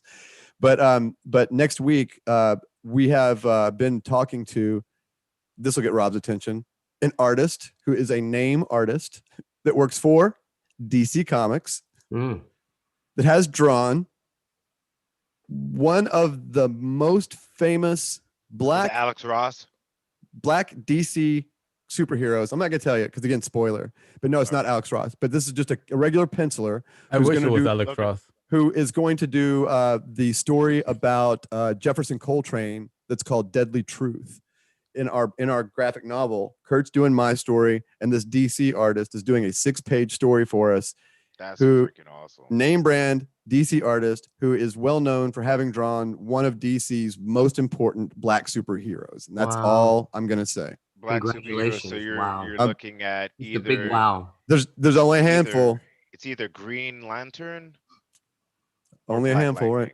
Well, and don't forget, I'm not saying that you're wrong, but don't forget they also got like the milestone characters like Static and static. But then you would Said I milestone. forgot that. But You DC would have does said milestone technically, because we're busting each other on nerd chops on that. But yeah, it's not milestone. But technically, it could have been. So yeah, but I'm like, technically it could have been, but it's not. I'm not gonna say you're right. I'm not gonna say that, like, Rob. I'm not gonna say that you're right that it was either Green Lantern or Black Lightning. I'm just gonna say it's probably. I'm just gonna say two big African American characters. So that's what my black friend is saying, guys. I'm white. I don't know much about black culture. I'm kind of stupid. It's Green Lantern. It's Jon Stewart. We'll see. Next week, come back next week. Come back next week. Come back next Saturday. Yes. And not only will I tell you, I will do my damn best to show a sketch. I will press on the artist. Yeah. Can you get him on? I'll try. I'll see if I can actually. There you Kurt go. and that would be actually pretty interesting to do. But no matter what, I will try to get a sketch of one of our characters from him to show next week to say, look, here it is, no bullshit. Here's the guy. Here's the sketch he did for us. But it's a name brand DC artist, man. That's huge for me. That's total. That's awesome. I agree. Total I agree. nerd mind explosion. It's just on all levels. I'm really glad to hear that. That really is very exciting news. Yeah. I'm glad to hear this, and I'm glad you shared it with us. Yeah.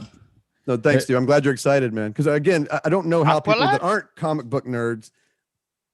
You know, I think it just gets down to how excited they get about being a comic book nerd. It's in the entertainment type of industry, which we're all in. And I think we all understand all those different levels of entertainment, and we can appreciate it. Well, I hope that when it comes out, everybody will help push it. And I hope that it's weird to say, I want to sell it through our website for sure.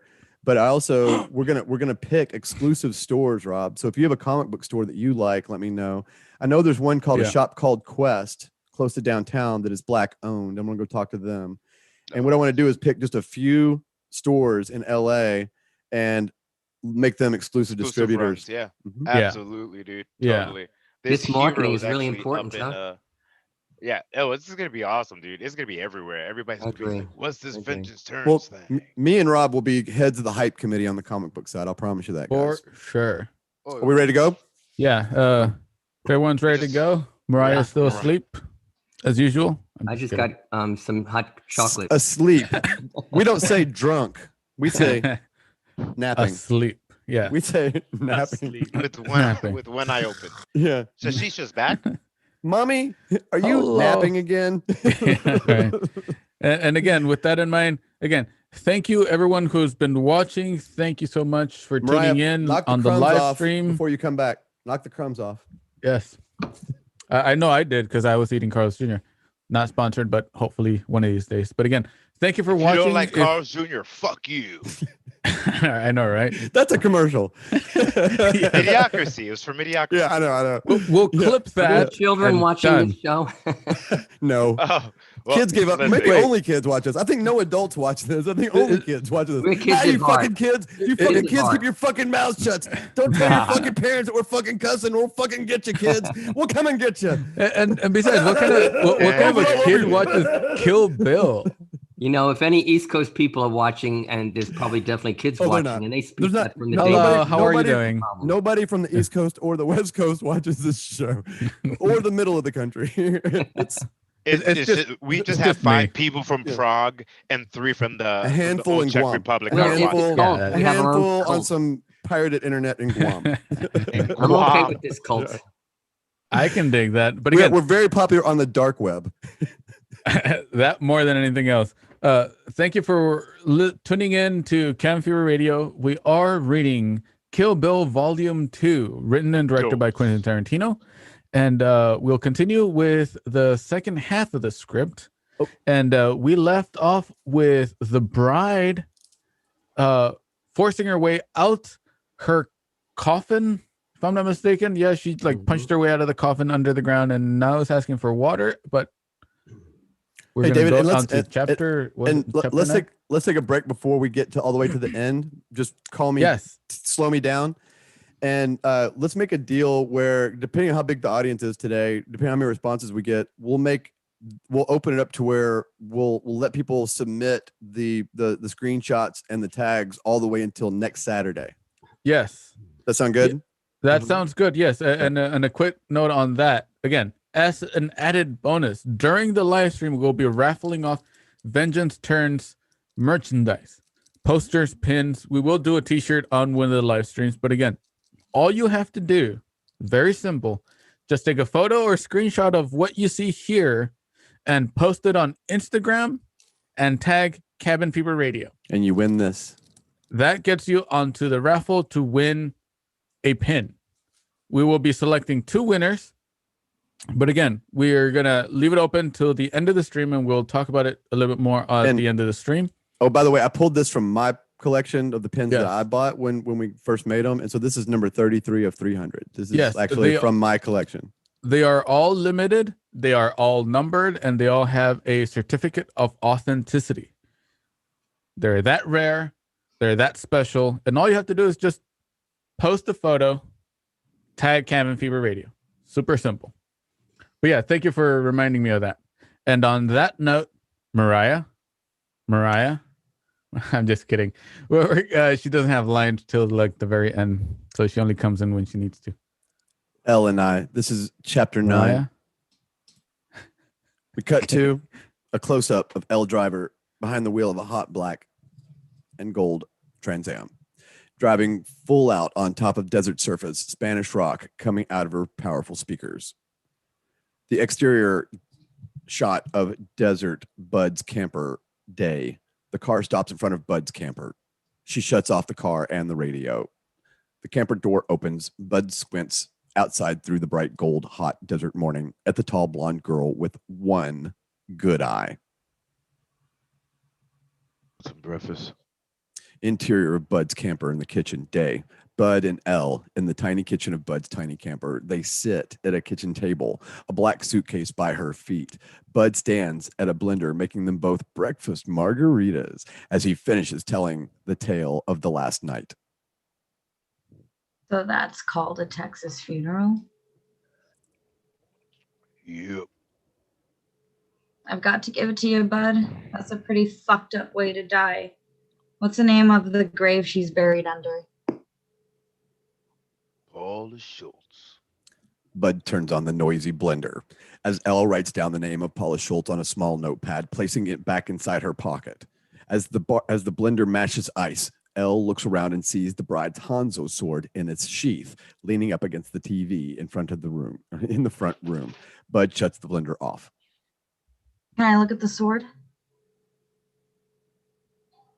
That's my money in that black case, isn't it? Sure is. Well then, it's your sword now. The tall blonde girl steps into the living room, takes the Hanzo sword, and sits back down on the kitchen chair. She slowly removes the Japanese steel from its wooden sheath.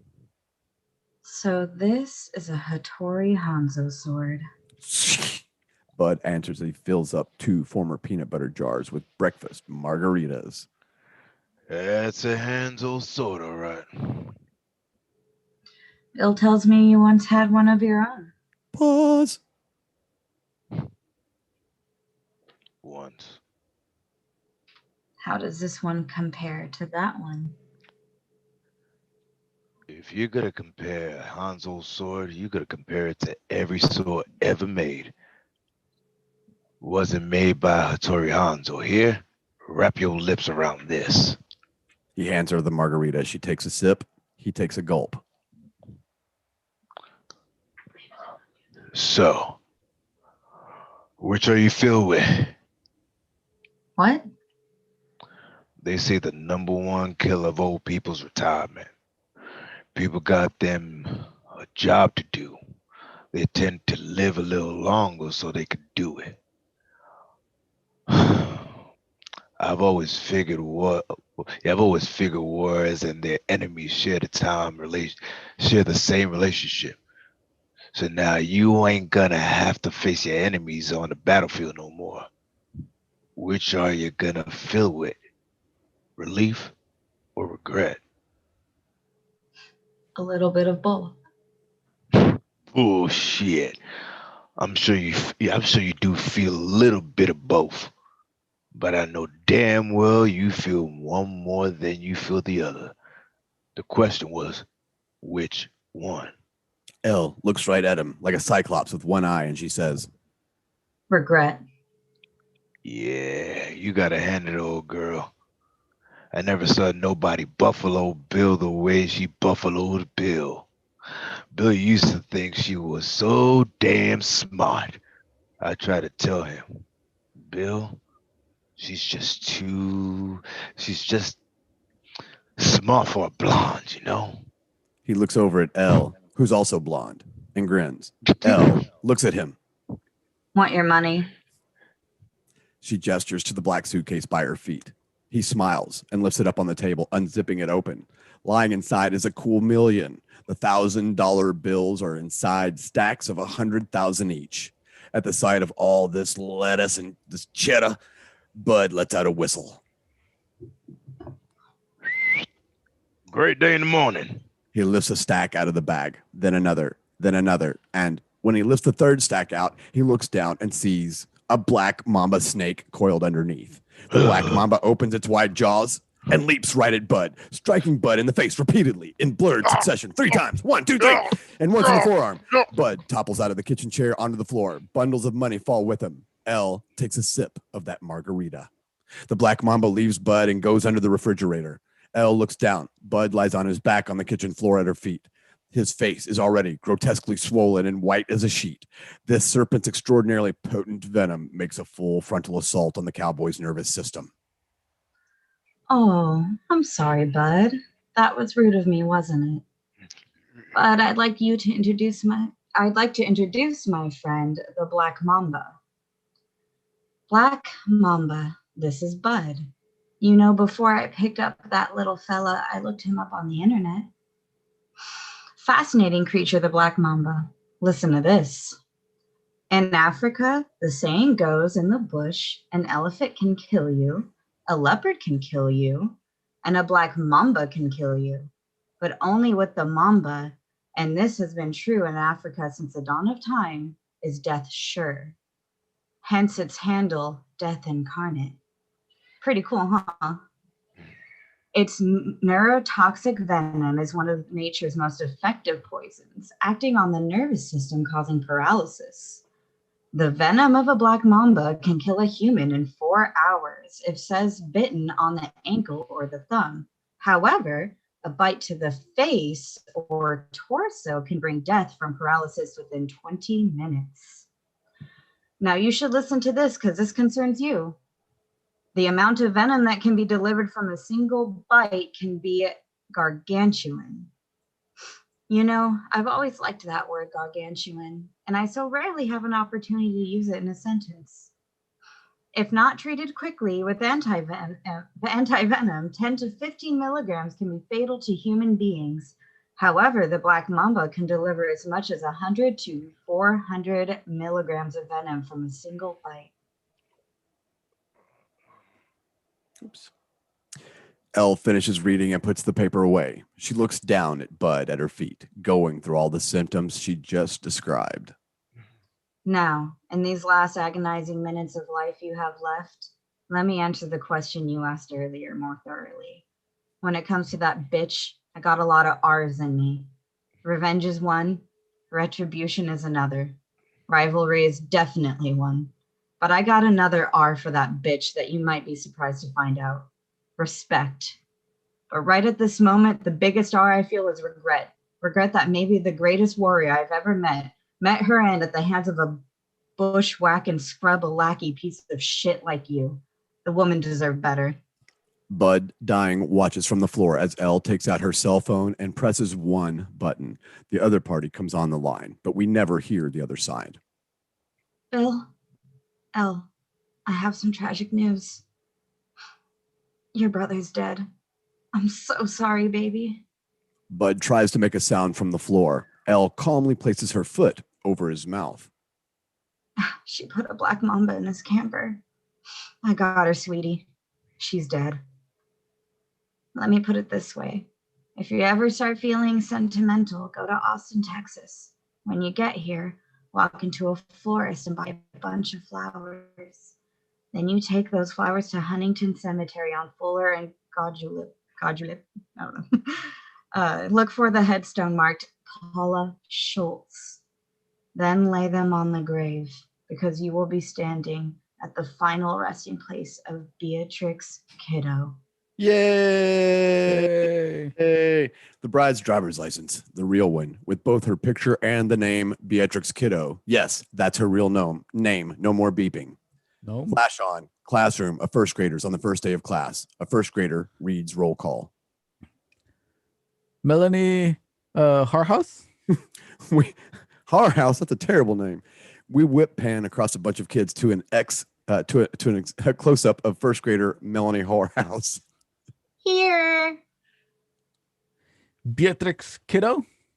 Whip pan past whorehouse to a close up of the grown up bride. Here. Back to Elle on the phone. I'm sorry, baby. Look, I can get in there about 4 hours. Should I come over? No. You need me, baby. I'm here. I'm there. Okay, I'm leaving now. Go smoke some pot or something. I'll be there soon. Yeah. She hangs up the cell phone and looks down at the dead man under her shoe. Picking up the Hanzo sword, she climbs down on the floor and her hands and knees to pick up the fallen money. Close up of that Black Mamba. Out from under the refrigerator behind Elle. Elle senses it and slowly turns her head to look back. Both Black Mamba and Elle driver lock eyes. Zoom into both close-ups tighter and tighter until Elle says, Bring it on, bitch. The viper known as Death Incarnate leaps at Elle. Elle flicks her wrist slightly. She doesn't even swing the blade. She just holds it. The snake's head touches it and is immediately separated from its body. Elle's eyes look down at the Japanese steel in her hand. The Hanzo blade. A smidgen of crimson is on the silver steel. Now that's what I call sharp. Exterior of Bud's camper day. Elle exits the camper with both the sword and the black suitcase in her hand. She climbs into her gold and black Trans Am, starts up the engine, turns on the radio. When she thinks she's hearing something, she looks out her driver's side car window. People. She looks out her driver's side car window, door window. I can't read today. Elle's POV, the dirty blonde bride behind the wheel of her new enormous red pickup truck, heading right for her. Close up, the bride behind the wheel, heading right for her. Vengeance theme plays on the soundtrack. Close up of Elle, her jaw drops open. She's gobsmacked. Not only does she see the dead walk, she sees the dead behind 2 tons of metal coming at her at 100 miles per hour. Crash! The red pickup truck T-bones the Trans Am. The gold and black car flies through the air, then rolls over and over about 5 times in the desert sand and dirt, ending upside down. The dirty blonde looks out her windshield at the wreckage of black and gold sports car. A smile with the slightest hint of satisfaction spreads across her face in a scene we never saw in the movie. She hops out of the truck and into Bud's camper. Interior of Bud's camper, day. As she walks through the door, Bud's dead, swollen body greets her, as does her serpent namesake, dead on the floor from decapitation. She begins searching the camper quickly for something in particular. We don't have the slightest clue what it could be. We flash on a close-up of the bride's eye, watching. The bride's POV. Bud's camper, seen from up high, looking down. The bride searching the camper. We flash on, close up, her eye. The bride's POV. Bud's camper. Bud exits by himself. The bride searching the camper. Flash on, close up, the bride's eye. The bride's POV. She watches from high perch. Bud's holding the samurai sword. The bride searching under his bed. She sees a sword on the floor, reaching in a shiny black wood mahogany sheath. She removes it from its hiding place. Wood sheath. It's one of Hanzo's sheaths. She opens it. It's a Hanzo sword. Near the handle, etched in steel, are the English words, "To my brother Bud, the only man I ever loved, from Bill." She closes the sheath. This will do. She sees a pair of cowboy boots, picks one up and places the sole of the boot against the sole of her foot. Her feet and this man's boot are about the same size. Uma's got big feet. She slips her dirty feet in them. She's good to go. Exterior desert. Elle crawls from the wreckage of the Trans Am. And there's nothing wrong with having big feet. Holding the Hanzo sword, looking like she's been in a car wreck. A cut on her head makes blood run down the side of her face. Luckily for her, not the side with the good eye.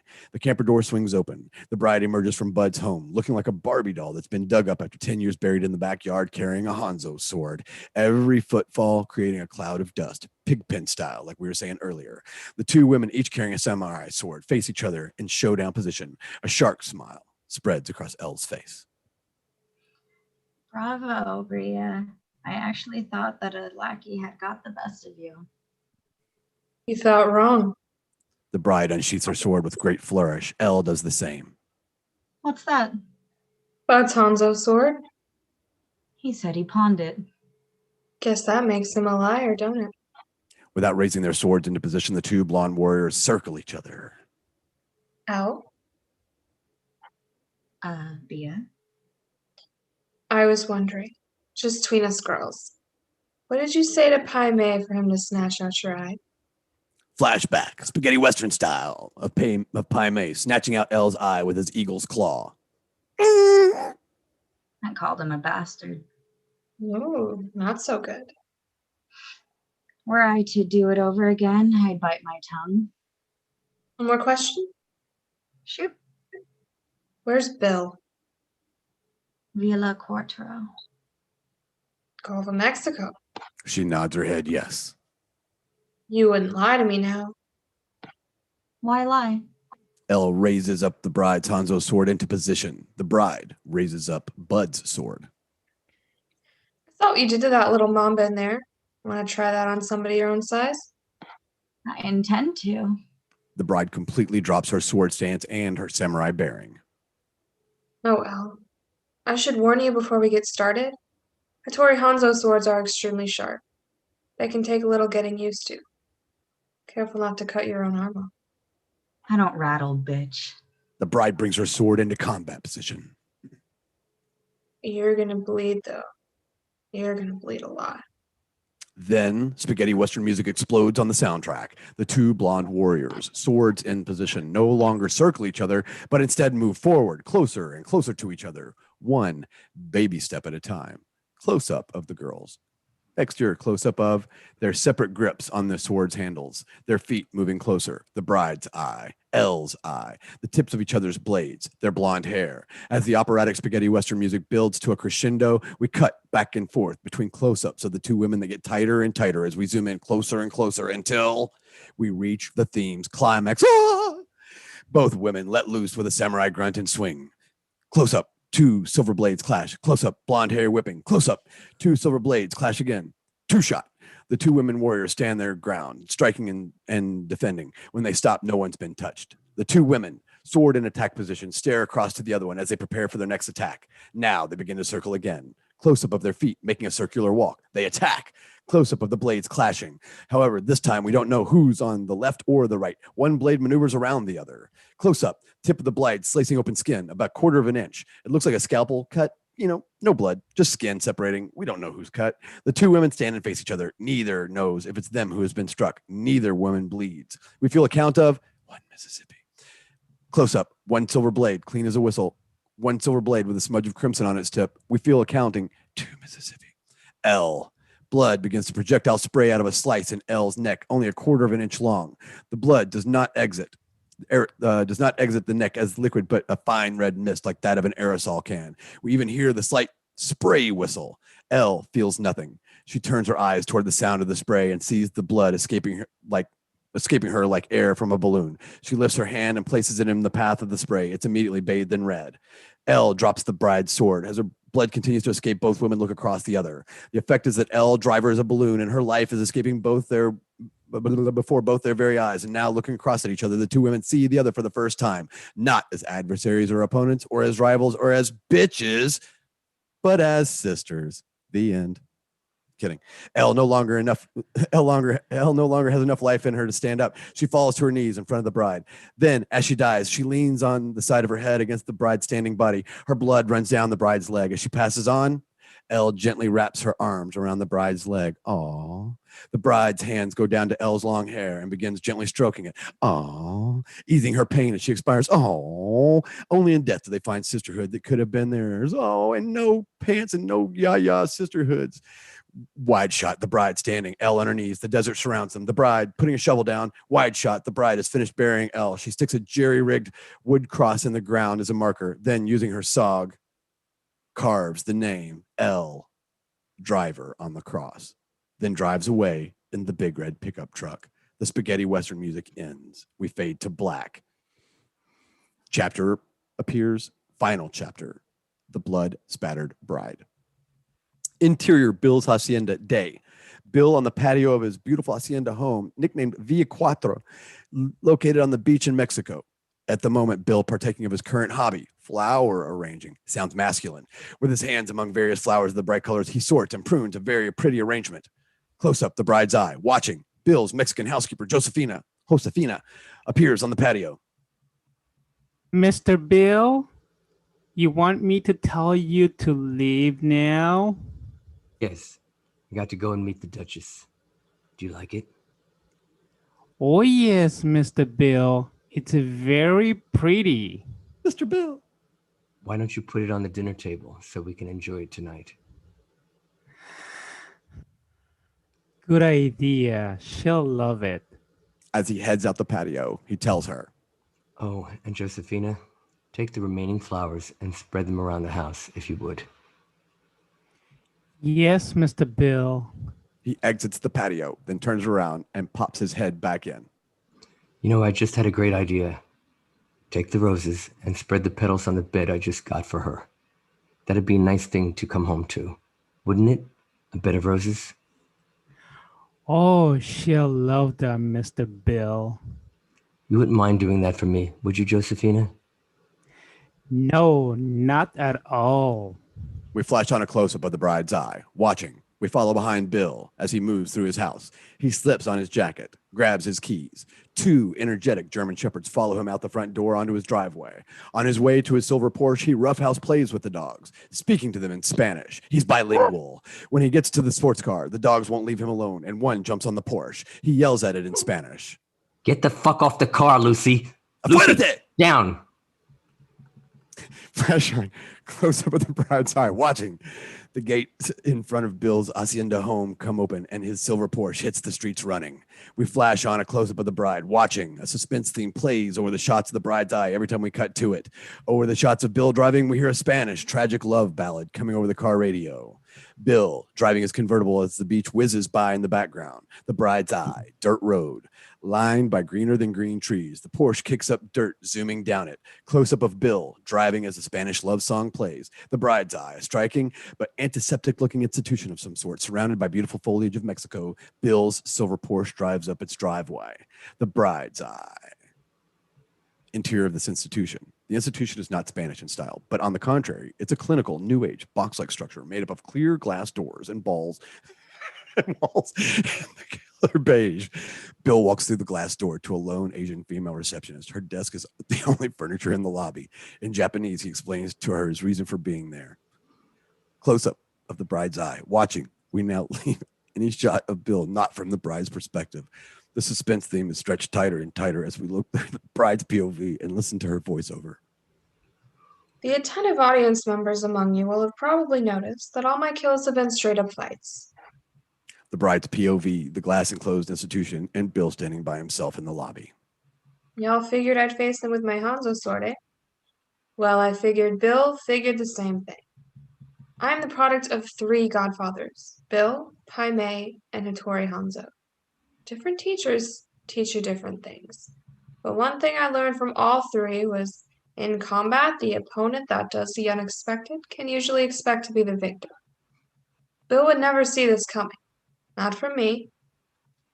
And least any of you judge me a bushwhacker, remember, it was Bill who taught me how to shoot. As the bride has said these things, we've seen inserts of her putting together her high-powered scope rifle, snapping on the scope sight, setting the focus through the crosshairs, loading the heavy ammo, curling her long white finger around the rifle's trigger, scope sight POV, Bill's head in between the crosshairs. The suspense theme is stretched tighter. Still, it will soon break. This was not in the movie. Wide shot, looking through the institution's glass wall. The elevator in the lobby opens and a little girl steps out and runs into Bill's arms. A little girl about 5 years old. Aha. A 5-year-old little girl with blonde hair. Bill picks up the little girl and lifts her head into the crosshairs of the scope sight. He's mean. Suspense theme snaps into an operatic wail. Close up, the bride's finger pops off the trigger. Close up, the bride's eye. A huge tear falls out. We move out of the eyeball into a medium close up of the bride. Tears falling down her face. She can't believe what she's looking at. That's her daughter. She's alive. The remembering theme plays. We flash on the bride remembering while she was in her wide-eyed coma state, lying on an operating table as doctors and nurses performed a cesarean childbirth on her. The newborn infant is passed to other hands above her wide-eyed, unblinking, expressionless face. We have a close-up of the bride. In one moment, Bill has managed to suddenly change the game. Exterior, long empty road in Mexico. It's day. Silence except for a few birds. Then we hear the roaring of an engine and the silver Porsche whizzes into frame. Interior of that Porsche, moving day. Bill behind the wheel. His little girl asleep in the passenger seat. He sees something ahead. A convertible Volkswagen Carmen Ghia enters the road, heading in the opposite direction. It's a long way off, but it will get closer every second. Bill senses something about this automobile and throws a glance at his sleeping child. His cell phone rings. He answers it. Hola. Interior of the bride's car. It's moving. The bride behind the wheel of the convertible, her long blonde hair whipping in the wind, talks to Bill for the first time in 5 years and 6 months. Hello, Bill.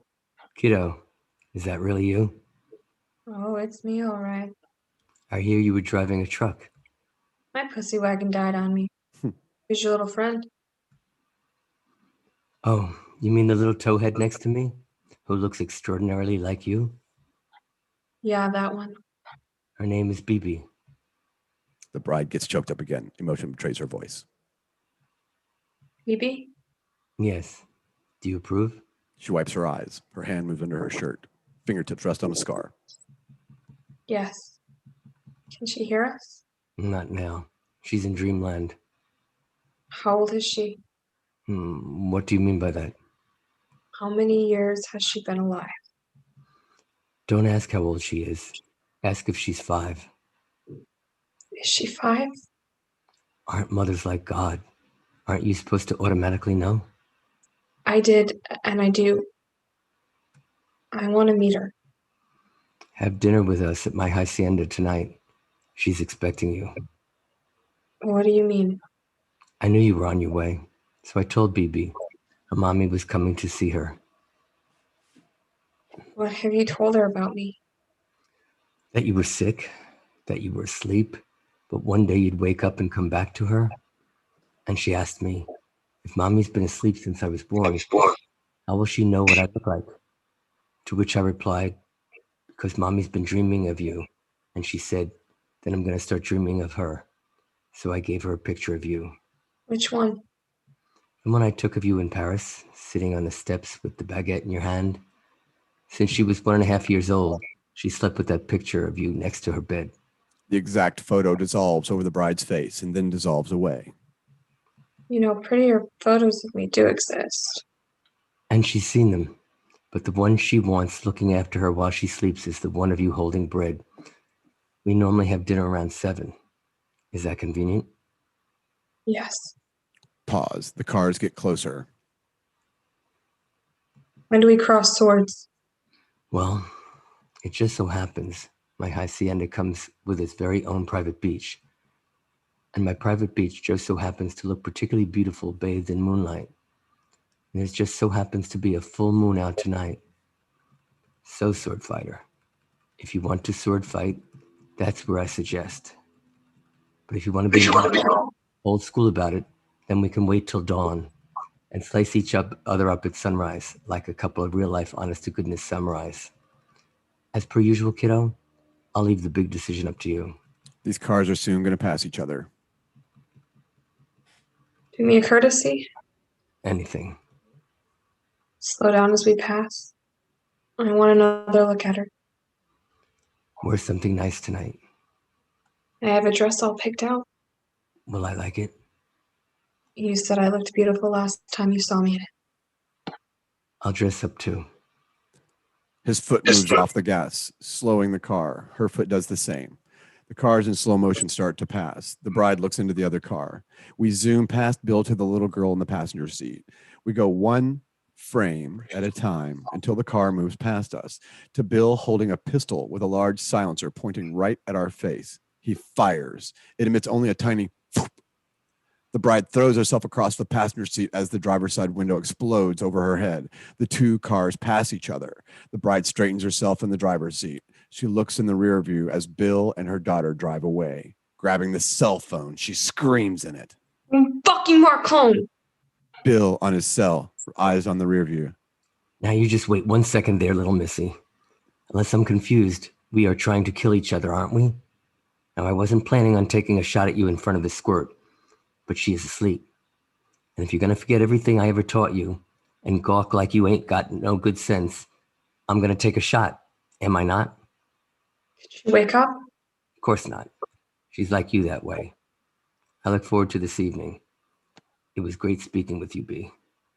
He hangs up. Interior, where Hattori Hanzo sleeps. Japan, night.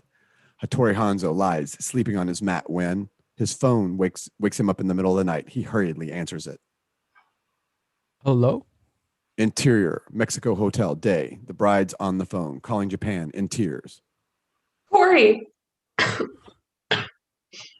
Beatrix? What's wrong? She's alive. My baby girl's alive. Interior, the bride driving to Bill's villa. The same shot we saw during the opening credits. She's dressed in a white bridal gown, the exact replica of the one she was bushwhacked in. Over her close-up, we dissolve to a close-up of Hanzo talking to her earlier on the phone. Half of Bill's strength lies in his talent for the unexpected. If you intend to vanquish this man and claim your daughter, you must not only expect the unexpected, you must do the unexpected. We dissolve back to the bride. We see the same shots as before of the bride driving up to Bill's villa, through his iron gates and parking by his front door. We see 2 black-suited male satellites approach her. Now comes the new stuff. She climbs out of her vehicle, goes to the back, opens the boot, and removes her Mossberg pump-action shotgun. The 2 satellites freeze. She slides the pump once and fires. One is blown apart by the blast. She slides the pump a second time. Blast. 2 buys the farm. She slides the pump again and blasts the front door, kicking it open and stepping inside. Now it's the interior of Bill's villa, night. Another black-suited satellite hurries down the stairs, reaching for his weapon. She fires the shotgun into his kneecap. He tumbles down the stairs, landing at her feet. She points the shotgun straight down at his face. Hello, Manny. She fires, then moves further into house. Apparently, this is the unexpected part of her plan. Fuck the charade. Storm the camp. Kill everyone she comes across. Send Bill to hell. Scoop up her daughter and head for parts unknown. So far, so good. She enters the butcher block kitchen and finds Bill's cook and housekeeper. Josefina stares at the shotgun barrel pointed at her. Hello, Josefina. Hello, Miss Beatrice. She grabs the housekeeper and shoves her into the kitchen pantry. Stay in here and don't come out. If you leave this room, I'll shoot you. Comprende? See. She closes the pantry door and moves into the hallway leading into the living room. With her back against the wall, holding her weapon tight, she moves down the hall. As she creeps, an unseen Bill yells to her from around the corner. Kiddo, if you're through shooting the servants, I'm in the living room. Remember how to get to the living room, don't you? Go down to the end of the hall and make a left. Back against the wall, she creeps down the hall to the end. She pumps the slide and turns the corner, shotgun raised, ready to fire. When, close up, the bride's eyes. She blinks once. Close up, her finger comes off the trigger. What the bride sees in front of her is Bill in a tuxedo, holding a small orange squirt gun pointed at her.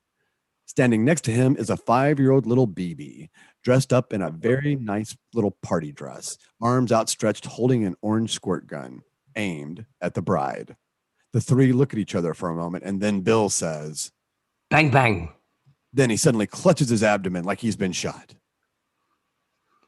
Oh, BB, Mommy got us. BB lowers her gun and plays out a big dying scene alongside her dad. Bill falls to the floor. Oh, I'm dying. I'm dying. BB, of course, parrots this. Oh, I'm dying. I'm dying. Fall down, sweetheart. Mommy shot you. The little girl falls down, pretends dead. The bride, still absent-mindedly pointing her weapon at them, is truly thrown. Bill delivers his lines from the floor, spoken like a dying breath. You did it, quick draw, kiddo. You are the fastest. And with these last words, he pretends to die. But then, while pretending to be dead, he speaks in a dramatic narrator's voice. But little did quick draw kiddo know that 5-year-old BB gun was only playing possum due to the fact she was impervious to bullets. BB raises her head off the floor and says, Impervious to bullets, Mommy. Hey, get back down there. You're playing possum. The little girl's head drops back down. Bill continues the dramatic narration. So, as the smirking killer approached what she thought was a bullet-ridden corpse, that's when the little BB gun fired.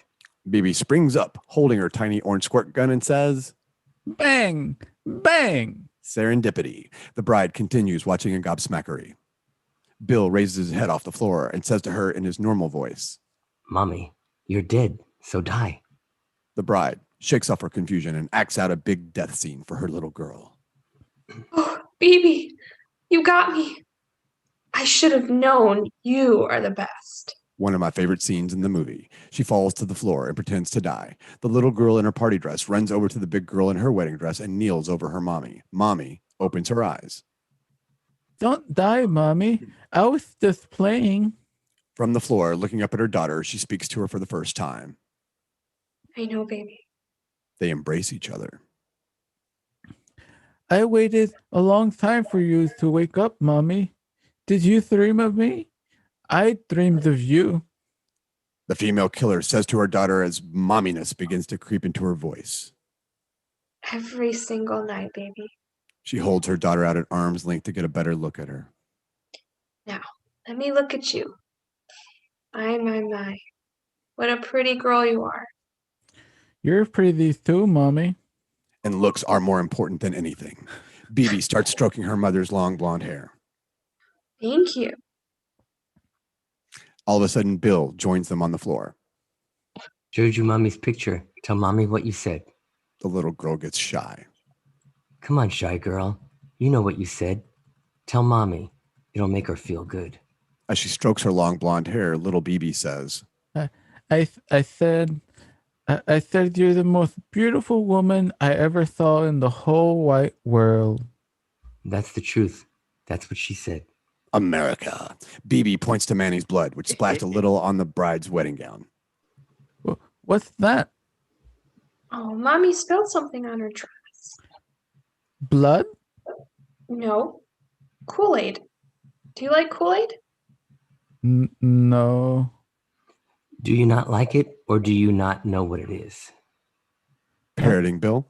I don't know what it is. Wow. It's a very tasty beverage, excuse me, that I used to drink when I was a little girl. It comes in a lot of different flavors and colors. It's really good. Maybe we should fix them sometimes. Want to do that? It's good with vodka. The little girl gives a big nod, yes. Speaking of fixing and drinking and eating, I think it's dinner time, don't you? BB does an exaggerated nod. Yes. When you were doing all that fancy shooting, you didn't happen to shoot a nice Mexican woman about 45 years old, did you? No. Josefina. Ooh, then dinner should be done. Josefina, you can come out now. We're ready for dinner. Yes, Mr. Bill. That's Mr. Bill back there. He offers his hand to Mommy and helps her to her feet, then says to BB, Want to go on top of the world?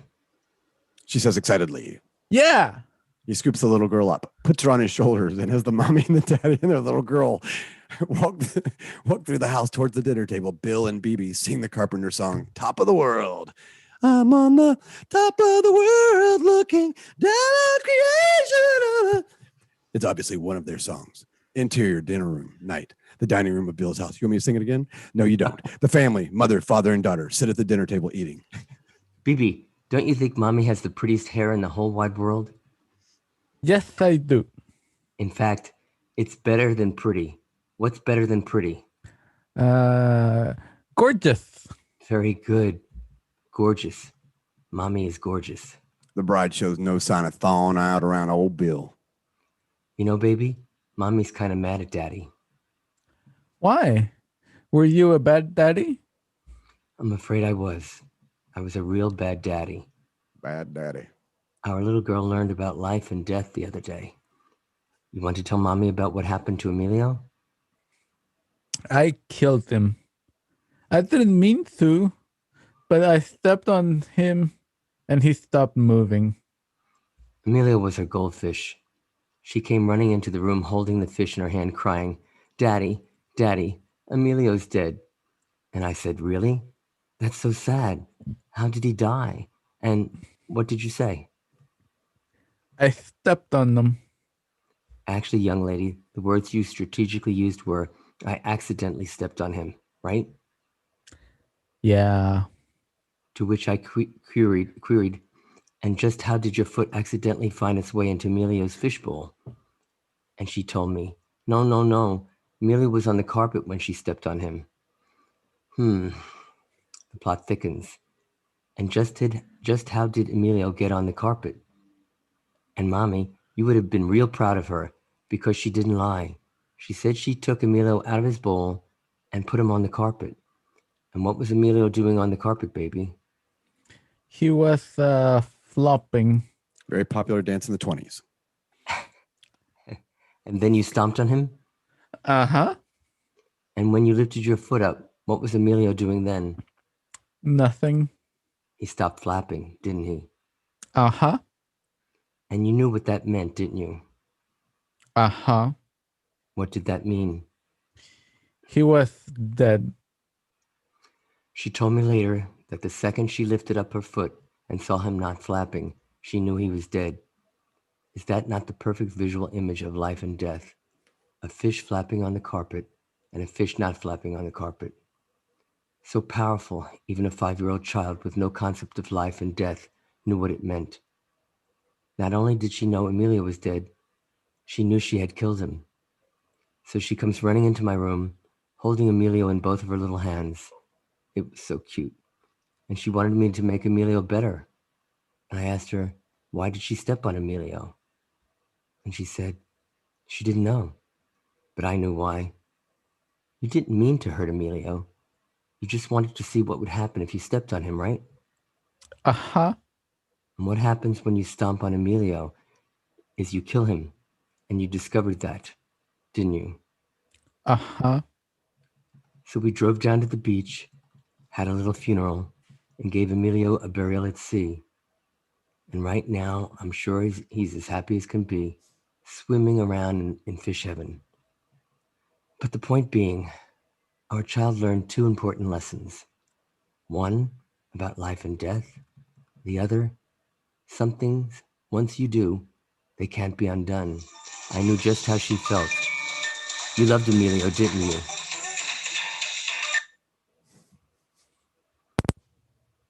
Did you say uh-huh? I'm sorry, I didn't hear Uh-huh. it. Well, sweetie, I love Mommy, but I did to Mommy what you did to Emilio. You stepped on Mommy? Worse, making his finger a gun, I shot Mommy, not pretend shoot, like we were just doing. I shot her for real. Why? I don't know. Did you want to see what would happen? No, I knew what would happen to Mommy if I shot her. What I didn't know is when I shot Mommy, what would happen to me. Was it a phone call that happened? I was very sad, and that was when I learned something once you do, they can never be undone. What happened to Mommy? Why don't you ask Mommy? Are you okay, Mommy? Does it hurt? No, sweetie. It doesn't hurt anymore. Did it make you sick? It put me to sleep. That's why I haven't been with you, BB. I've been asleep. But you're awake now, right? I'm wide awake, pretty girl. Exterior porch, dawn. Bill sits on the steps of his porch in the back of the house, drinking a glass of red wine. The steps lead to the beach and the sea. Beatrix steps out onto the porch and sits down on the steps across from him. Between them, the dawn sky breaks.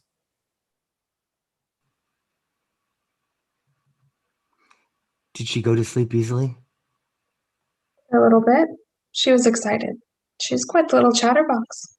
Well, if she doesn't like you, you got to kill her to say hello. But if she's likes you, you can't shut her up. She's a chip off the old blonde in that regard. He holds up a bottle of vino. Red wine? She shakes her head no. Come on, B. You're a whole lot more fun with a couple of glasses of wine in you. Say what? She gives him a look. We're going to go out there and have it, aren't we? She shakes her blonde head yes. Well, I've already had a glass. So unless you want to win by an unfair advantage, you should have a glass of wine. So we're both on the same footing wine-wise. He holds out the empty glass and fills it with red. You know, there's an old man down here. His name is Esteban Vejero. He was a pimp. I knew him when he was a child. He was a friend of my mother's. I told him about you. When I showed him your picture, he smiles and said, "Yes, I see the attraction." He told me a story about taking me to the movies when I was 5. It was a movie which had Lana Turner in it. And whenever she would appear on screen, he said I would stick my thumb in my mouth and suck it to an obscure amount. And he knew right then, this boy will be a fool for blondes. Who would have ever thought you'd be such a good father? Well, not you, that's for damn sure. She gives him another look. Must we have to endure your little zingers? No, we mustn't. But if you're going to say sentences like that in the future, I will resist the temptation. Baby, you don't have a future. Bill drinks some more of that wine. I sent you to LA and you never came back. I thought you'd been killed. Do you know how cruel it is to make someone think someone they love is dead? I mourned you. Then, in the 3rd month of the morning, I track you down. I wasn't trying to track you down. I was trying to track down the fucking assholes who I thought killed you. And when I find you, what do I find? Not only are you not dead, you're getting married to some fucking jerk. And you're pregnant. How do you expect me to react? Why do you think I hid? Why did you leave in the first place? You have cold eyes towards me now. I understand their temperature, but they were warm the second to the last time I saw them. Or was that just my imagination? No. The bride decides to tell all. As she tells this story, parts will be shown on the screen. To give herself a running start with the story, she starts it off in Japanese. You sent me to LA to kill that lady scoundrel Lisa Wong. He interrupts her. You were talking in Japanese. The bride explodes. What the hell do you care what I talk in? Don't you know when you're trying to keep your mouth shut? I'm trying to tell you what you want to know. If you'll just shut up and listen and stop talking. Now may I continue? You're right. I'm wrong. Continue. The morning I left, I threw up. I don't feel like speaking in Japanese anymore. On a plane, I threw up. When I got to my hotel, I threw up. So naturally, I started thinking maybe I might be pregnant. So I bought one of those home pregnancy kits. Went back to my room and took the test. The little strip said blue. I was going to have a baby. I tried to call you, but you weren't there, so I just thought I'd call back later. You never did. Would you shut up? I'm trying to tell you how I feel. My apologies. Please continue. So I just figured I'd call you back later. I was just so happy I put on music and danced by myself in the hotel suite holding my little blue strip. What I didn't know was at some leg of my journey I was spotted. With me in Los Angeles, it didn't take Lisa Wong long to figure out someone put a hit on her. So she set an assassination of her own to kill me in my hotel room. So I was dancing in my euphoria, the killer came down the hall. There's a knock on the hotel room door. The bride stops dancing and goes to the door's peephole. In the peephole's POV, we see a pretty Korean woman in the blazer and skirt outfit of a hotel manager. She's holding a basket of flowers, and the bride says through the door, Hello, can I help you? Hello, I'm Karen Kim. I'm the hospitality manager of this hotel. I have a welcome gift from the management. seeing it through the peephole. Oh, it's beautiful, but I'm kind of busy at this second. Could you possibly come back later? As she talks, she accidentally drops the blue strip. She bends down to pick it up when a shotgun blast blows a hole in the door right where the bent-over woman was previously standing. Karen, we know how we hate those Karens. She kicks open the door, pump action shotgun in hand. The bride's on her back, on the floor below her. Karen aims the shotgun down at her. With her foot, the bride kicks the front door. It slams back, hitting Karen in the face. The bride scrambles to her feet, running for cover. Karen pushes the door aside, steps into the room, and fires a shotgun the bride's way. The bride dives out of the way. The blast destroys the side of the room where it hits. The bride comes up from the floor with her SOG in hand and throws it across the room at Karen. Karen blocks the thrown knife at her shotgun. The blade sticking in the weapon's wooden stock, she removes the knife and drops it to the floor. The bride is a sitting duck. There's nothing she can do except wait to get shot. So you came here to kill Lisa Wong, huh? Well, that's my sister, bitch. I'm Karen Wong, and I've come here to kill you. She raises the shotgun and takes aim at the bride. Wait a second. Karen stops. Yes, I'm an assassin. Yes, I did come here to kill your sister, but I'm not going to do that now. Oh, I know you're not. Listen to me. I just found out right now, not 2 minutes before you blew a hole in the door, I'm pregnant. What? On the table is the home pregnancy kit. On the floor by the door is the strip that says I'm pregnant. I'm telling you the truth. I don't want to, and I won't kill your sister. I just want to go home. What is this? Bullshit story number 12 in a female assassin's handbook? Look, any other time you'd be 100% right. But this time you're 100% wrong. I am the deadliest woman in the world, but right now I'm scared shitless for my baby. Please, you have to believe me. Look at the strip. It's on the floor. Karen looks over to the door and sees the tiny strip on the floor. Sit down on that bed and put your hands behind your head. The bride complies. Karen bends down and picks the strip off the floor, then takes the package it came in and reads the directions on the box. Blue means pregnant. I'll read it myself, thank you. It is blue. Karen's starting to believe her. Okay. Say I were to believe you. What then?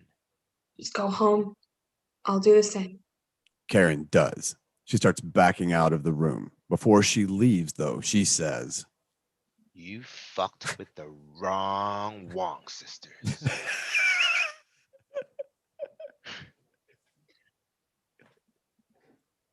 Back on the porch. What? Facing Karen Wong was the most frightening moment I have ever experienced. And that includes 3 years with that evil bastard Pai Mei. Before that strip turned blue, I was a woman. I was your woman. I was a killer who killed for you. Before that strip turned blue, I would have jumped a motorcycle on a speeding train. For you. But once that strip turned blue, I could no longer do any of those things. Not anymore. Because now I was a mother. A mother who only had one thought on her mind. Please don't harm my baby. Can you understand that? Yes, but why tell me now and not then? You wouldn't have let me go. Especially once you found out I was pregnant. You would have tried to talk me out of it. It would have been a big scene. I just said, fuck it. Starts to get mad. Fuck who? Bill, you couldn't know I was pregnant. Once you knew, you'd claim it, and I didn't want that. That's not your decision to make. Yes, but it's the right decision, and I made it for my daughter. Everybody on this earth deserves to start with a clean slate, but with us, my daughter would be born into a world she wouldn't be, robbing her of one thing everybody deserves. She would be born with bloodstains. I had to choose, and I chose her. She takes a sip of her wine. It's morning now, and now it's her turn. You know, 5 years ago, if I had to make a list of impossible things that could never happen, you performing a coup de grace on me and my busting a cap in my crown would be right at the top of the list. I'd have been wrong, wouldn't I? Bill listens. He's stony, smoking that weed. Then, I'm sorry, was that a question? Of impossible things that could never happen? Yes, in this instance, you would have been wrong. the bride listens. She's real stony, too. Then, Well, Well, what? explain yourself. I already have. When I told you the story of when I thought you were dead, didn't you get how badly I felt? You call that an explanation? Well, if that's too cryptic, let's get literal. There are consequences to breaking the heart of a murdering bastard. You experienced some of them. That's his explanation. She hears it. They both understand one another. You and I have unfinished business. Baby, you ain't kidding. They both laugh. You know how proud I am of you, don't you? Yes, You know I was rooting for you, don't you? figured. You know on that beach out there, I want you to be the victor. She nods her head yes. You also know you're going to have to defeat me. I can't just give it to you, even though I want to. It won't be necessary for you to give me anything. I've surpassed you. I'll take it. Well, as they say in Missouri, show me. Exterior beach, morning. As the blue waves of the Gulf of Mexico crash on the beach, the bride in her bridal gown and Bill in his tuxedo jacket off face each other in a combat stance. The bride, breeze blowing in her blonde hair, holding her Hanzo sword in its sheath. Bill stares across the sand to the figure of the bride, his student, facing him at sunrise with a weapon he taught her to use. This is where all who teach combat artistry may end up, facing a Frankenstein's monster of their own creation. He removes his Hanzo sword from its sheath with great flourish. Wide shot, the two combatants quite far from each other. They intend to charge, attack, stand in showdown stance. The bride, the vengeance theme exploding from the soundtrack. She takes her combat stance, but what she doesn't do is remove her sword from its wood sheath. The fist of her left hand is wrapped around the wood sheath's center. Her right hand raises and makes a beckoning gesture to Bill. Then, with a face completely devoid of emotion, says in Japanese, Attack me. She's facing him, sword in sheath, hand far from handle, in a standing still position, not moving a muscle or blinking an eye, staring her laser beams in Bill's direction, waiting for his attack. He stands in a combat position, sword raised in a combat grip to charge her. That's my girl. He screams a samurai scream and charges her. She stands motionless, unblinking, watching him coming. No fear, no expression. Will go back and forth, close, wide, low, until they meet. Using only her left arm, with the sheathed Hanzo sword in its grip, she blocks all of his blows, right arm unmoving down at her side, sort of like Pai Mei did to her earlier. His sword and her sheath locked together. They're close to each other. She brings up her right arm, sticks out two fingers, and hits Bill on 10 different pressure points on his body, then hits him straight on the heart with her palm. His body jolts like he's just had a heart attack. He coughs up a little blood. He looks at her. Their faces are very close. The face of the cold woman, the face of the cold ice woman ninja melts away before our eyes, and the face of Beatrix Kiddo is filled once again with compassion. He taught you the 10-point psalm exploding heart technique? Of course he did. Why didn't you tell me? She doesn't have an answer. She looks at him apologetically. I don't know. Because I'm a bad person. He smiles at her duplicity and says with blood on his lips, No, you're not a bad person. You're a terrific person. You're my favorite person. But every once in a while, you can be a real cunt. They smile at each other. Then Bill turns his back to her and walks 5 steps in the opposite direction. With each step, his heart swells. On the 5th, it bursts.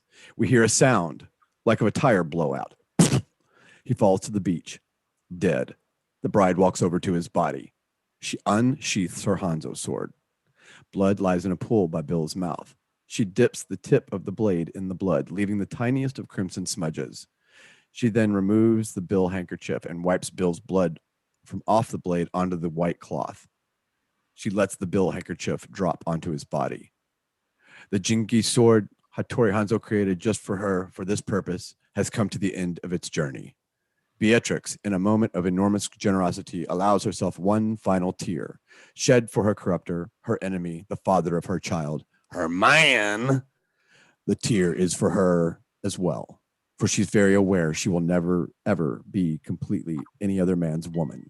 Close up, the Hanzo blade slowly sliding into the wooden sheath. Close up, the single teardrop sliding down her cheek. The blade disappears inside the sheath. The teardrop falls off her chin. Her journey, her revenge, her victory, her unfinished business is complete. The bride exits the beach. Bill does not. He's dead. Series of shot ends the films. Schultz ends the film as a female voice sings a song on the soundtrack. We see bride, BB. The bride and BB are driving away. The bride and BB eating in a coffee shop. The bride and BB in a motel room. They both wear bath towels and both of their blonde hair is wet. The bride sits behind her on the bed, combing the little one's head. The bride spooning BB from behind. Both of them are asleep. It's morning. BB sits on the motel room bed watching Saturday morning cartoons on TV. Interior of a motel room, bathroom, morning. The bride is on the floor of the motel room bathroom, crying her eyes out. She shoves a towel in her mouth so BB won't hear her. We wonder for a moment what's wrong till we see her face in a close-up. Her tears are tears of joy. She cannot believe this is even happening. Her daughter is alive. They're together. They get to begin again. She covers her mouth so BB won't hear her crying and get worried or confused. But as the deadliest woman on the planet lies on the motel room bathroom floor, smile on her face, twinkle in her eyes, happier than she's ever been, she thinks one thought over and over again. Thank you, God. Thank you, God. Thank you, God. Thank you, God. Thank you, God. She washes her face in the sink. When she's presentable, she walks out of the bathroom, jumps on the bed with her baby, hugs her from behind as the two watch Saturday morning cartoons together.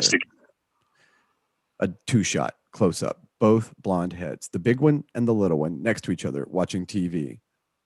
The lioness has been reunited with her cub, and all is right in the jungle appears on the screen. And that's it. Bum, bum. Again, man, that was cool. There's a lot of stuff that was not in the movie. Yeah, there's a lot of things that it was more than anything else. I think they were just shuffled around. Besides obvious cuts of the script that were definitely not on the film, but this is the best part about movie making is that when you write something, it doesn't always end up in the, the final product. And again, I go back to so shocked right now. She's so emotional from the ending. She really I is. just need a minute. As always. I do think it's the result, and this is just a guess, but I think it's the result of him chopping this in half, of it being one piece, meant to be one movie, and then being asked to make it into two. The original chop is what we just read, and I think that they refined it after that. I think that some stuff from the original single stayed, That is definitely believable because there are a couple of things that were even just different as far as locations, like the fight scene between Bill and the bride. Yeah, and he doesn't give her the truth serum.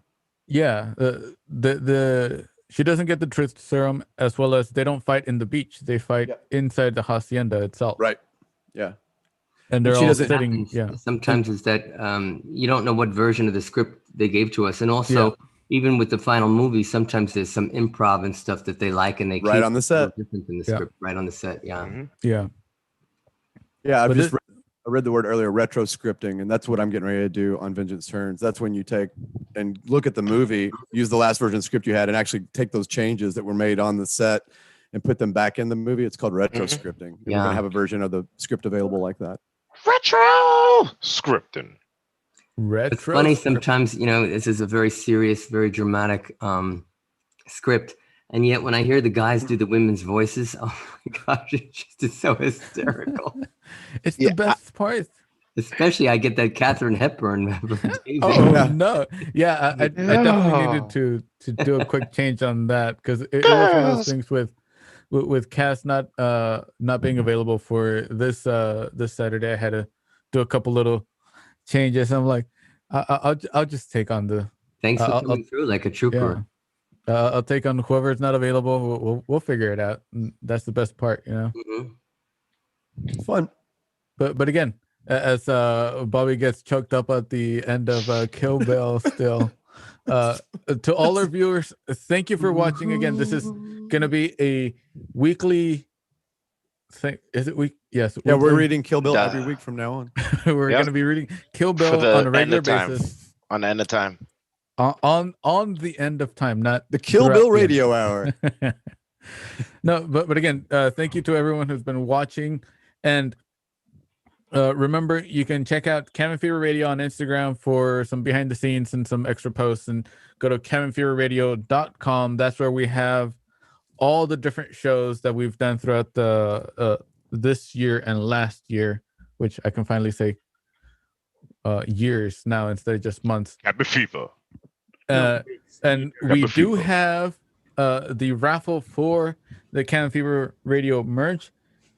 And looking at my Instagram, Cabin Fever Radio Instagram, Oh shit. we do have a winner who posted not so long ago, and it is Kate Comstock. You see, that's all you had to do. She's getting some really cool merch. She's getting a pin. Woo-woo. She's also on the chat, as you can see on the chat. Thank you so much. And again, it's very simple to be part of the raffles that we are going to be doing throughout season 4. So we'll get in contact with Kate Comstock afterwards for mailing address and all that other fun stuff. Yay for But again, cake. yes. But again, remember, next Saturday, we are reading. Wait, what are we reading, Bobby? Desperado. We're reading Desperado. We're going to do Desperado before we do Bronson. Because Bronson, the original 1970, was it 76? You mean Death Wish? 74. Yeah. Yeah. The We're Death still Wish, trying to find it. It's a little bit more elusive than we anticipated for Yeah. the original script.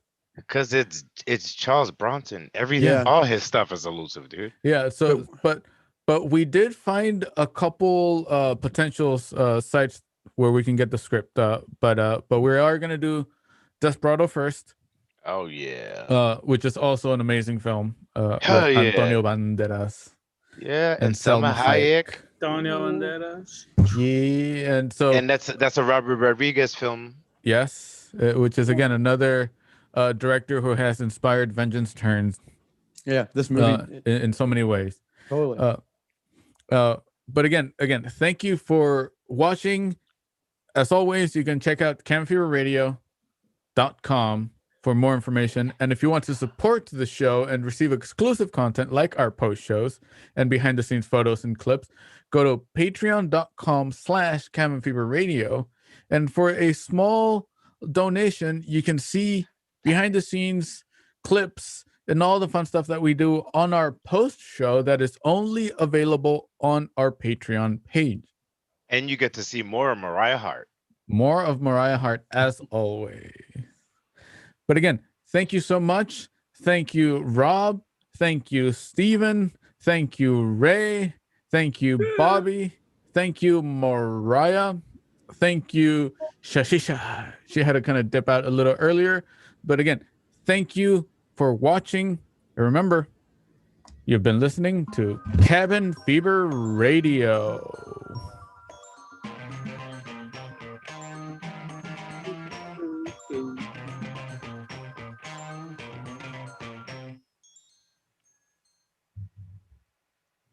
Was that it, or were we going to do any announcements?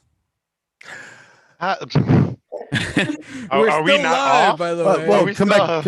Come back next week again. You'll hear more about the graphic novel, and we will make a big reveal about an artist. Yes. So come back. Okay. Now you've been listening to Cabin Fever Radio. Oh, signing but off. we have to announce that we're going into the post show right now. Humana. How many? Well, this is still live. Yeah, but we're Oh, we're don't we gonna have go- to announce we're going into the post show. So Ah. come catch us at the post show at patreon.com/cabinfever radio. He did that That's the too. I post think he show. did. But Well, you're supposed to. We'll do it again. You want me to do that? Right? Yes. Do it. Ready? Go for it. Ladies and gentlemen, we're about to end this fantastic broadcast. So please catch us on Patreon at patreon.com/Cabin Fever Radio. With that, we are about to go into the post show. Thank you. Thank you. Thank you. You stopped it. It's supposed to be, and we're out. And like, dang, man, it's been a long time since you done the post show and thing. David Ruano, he's all over the place. He's editing things. He's like,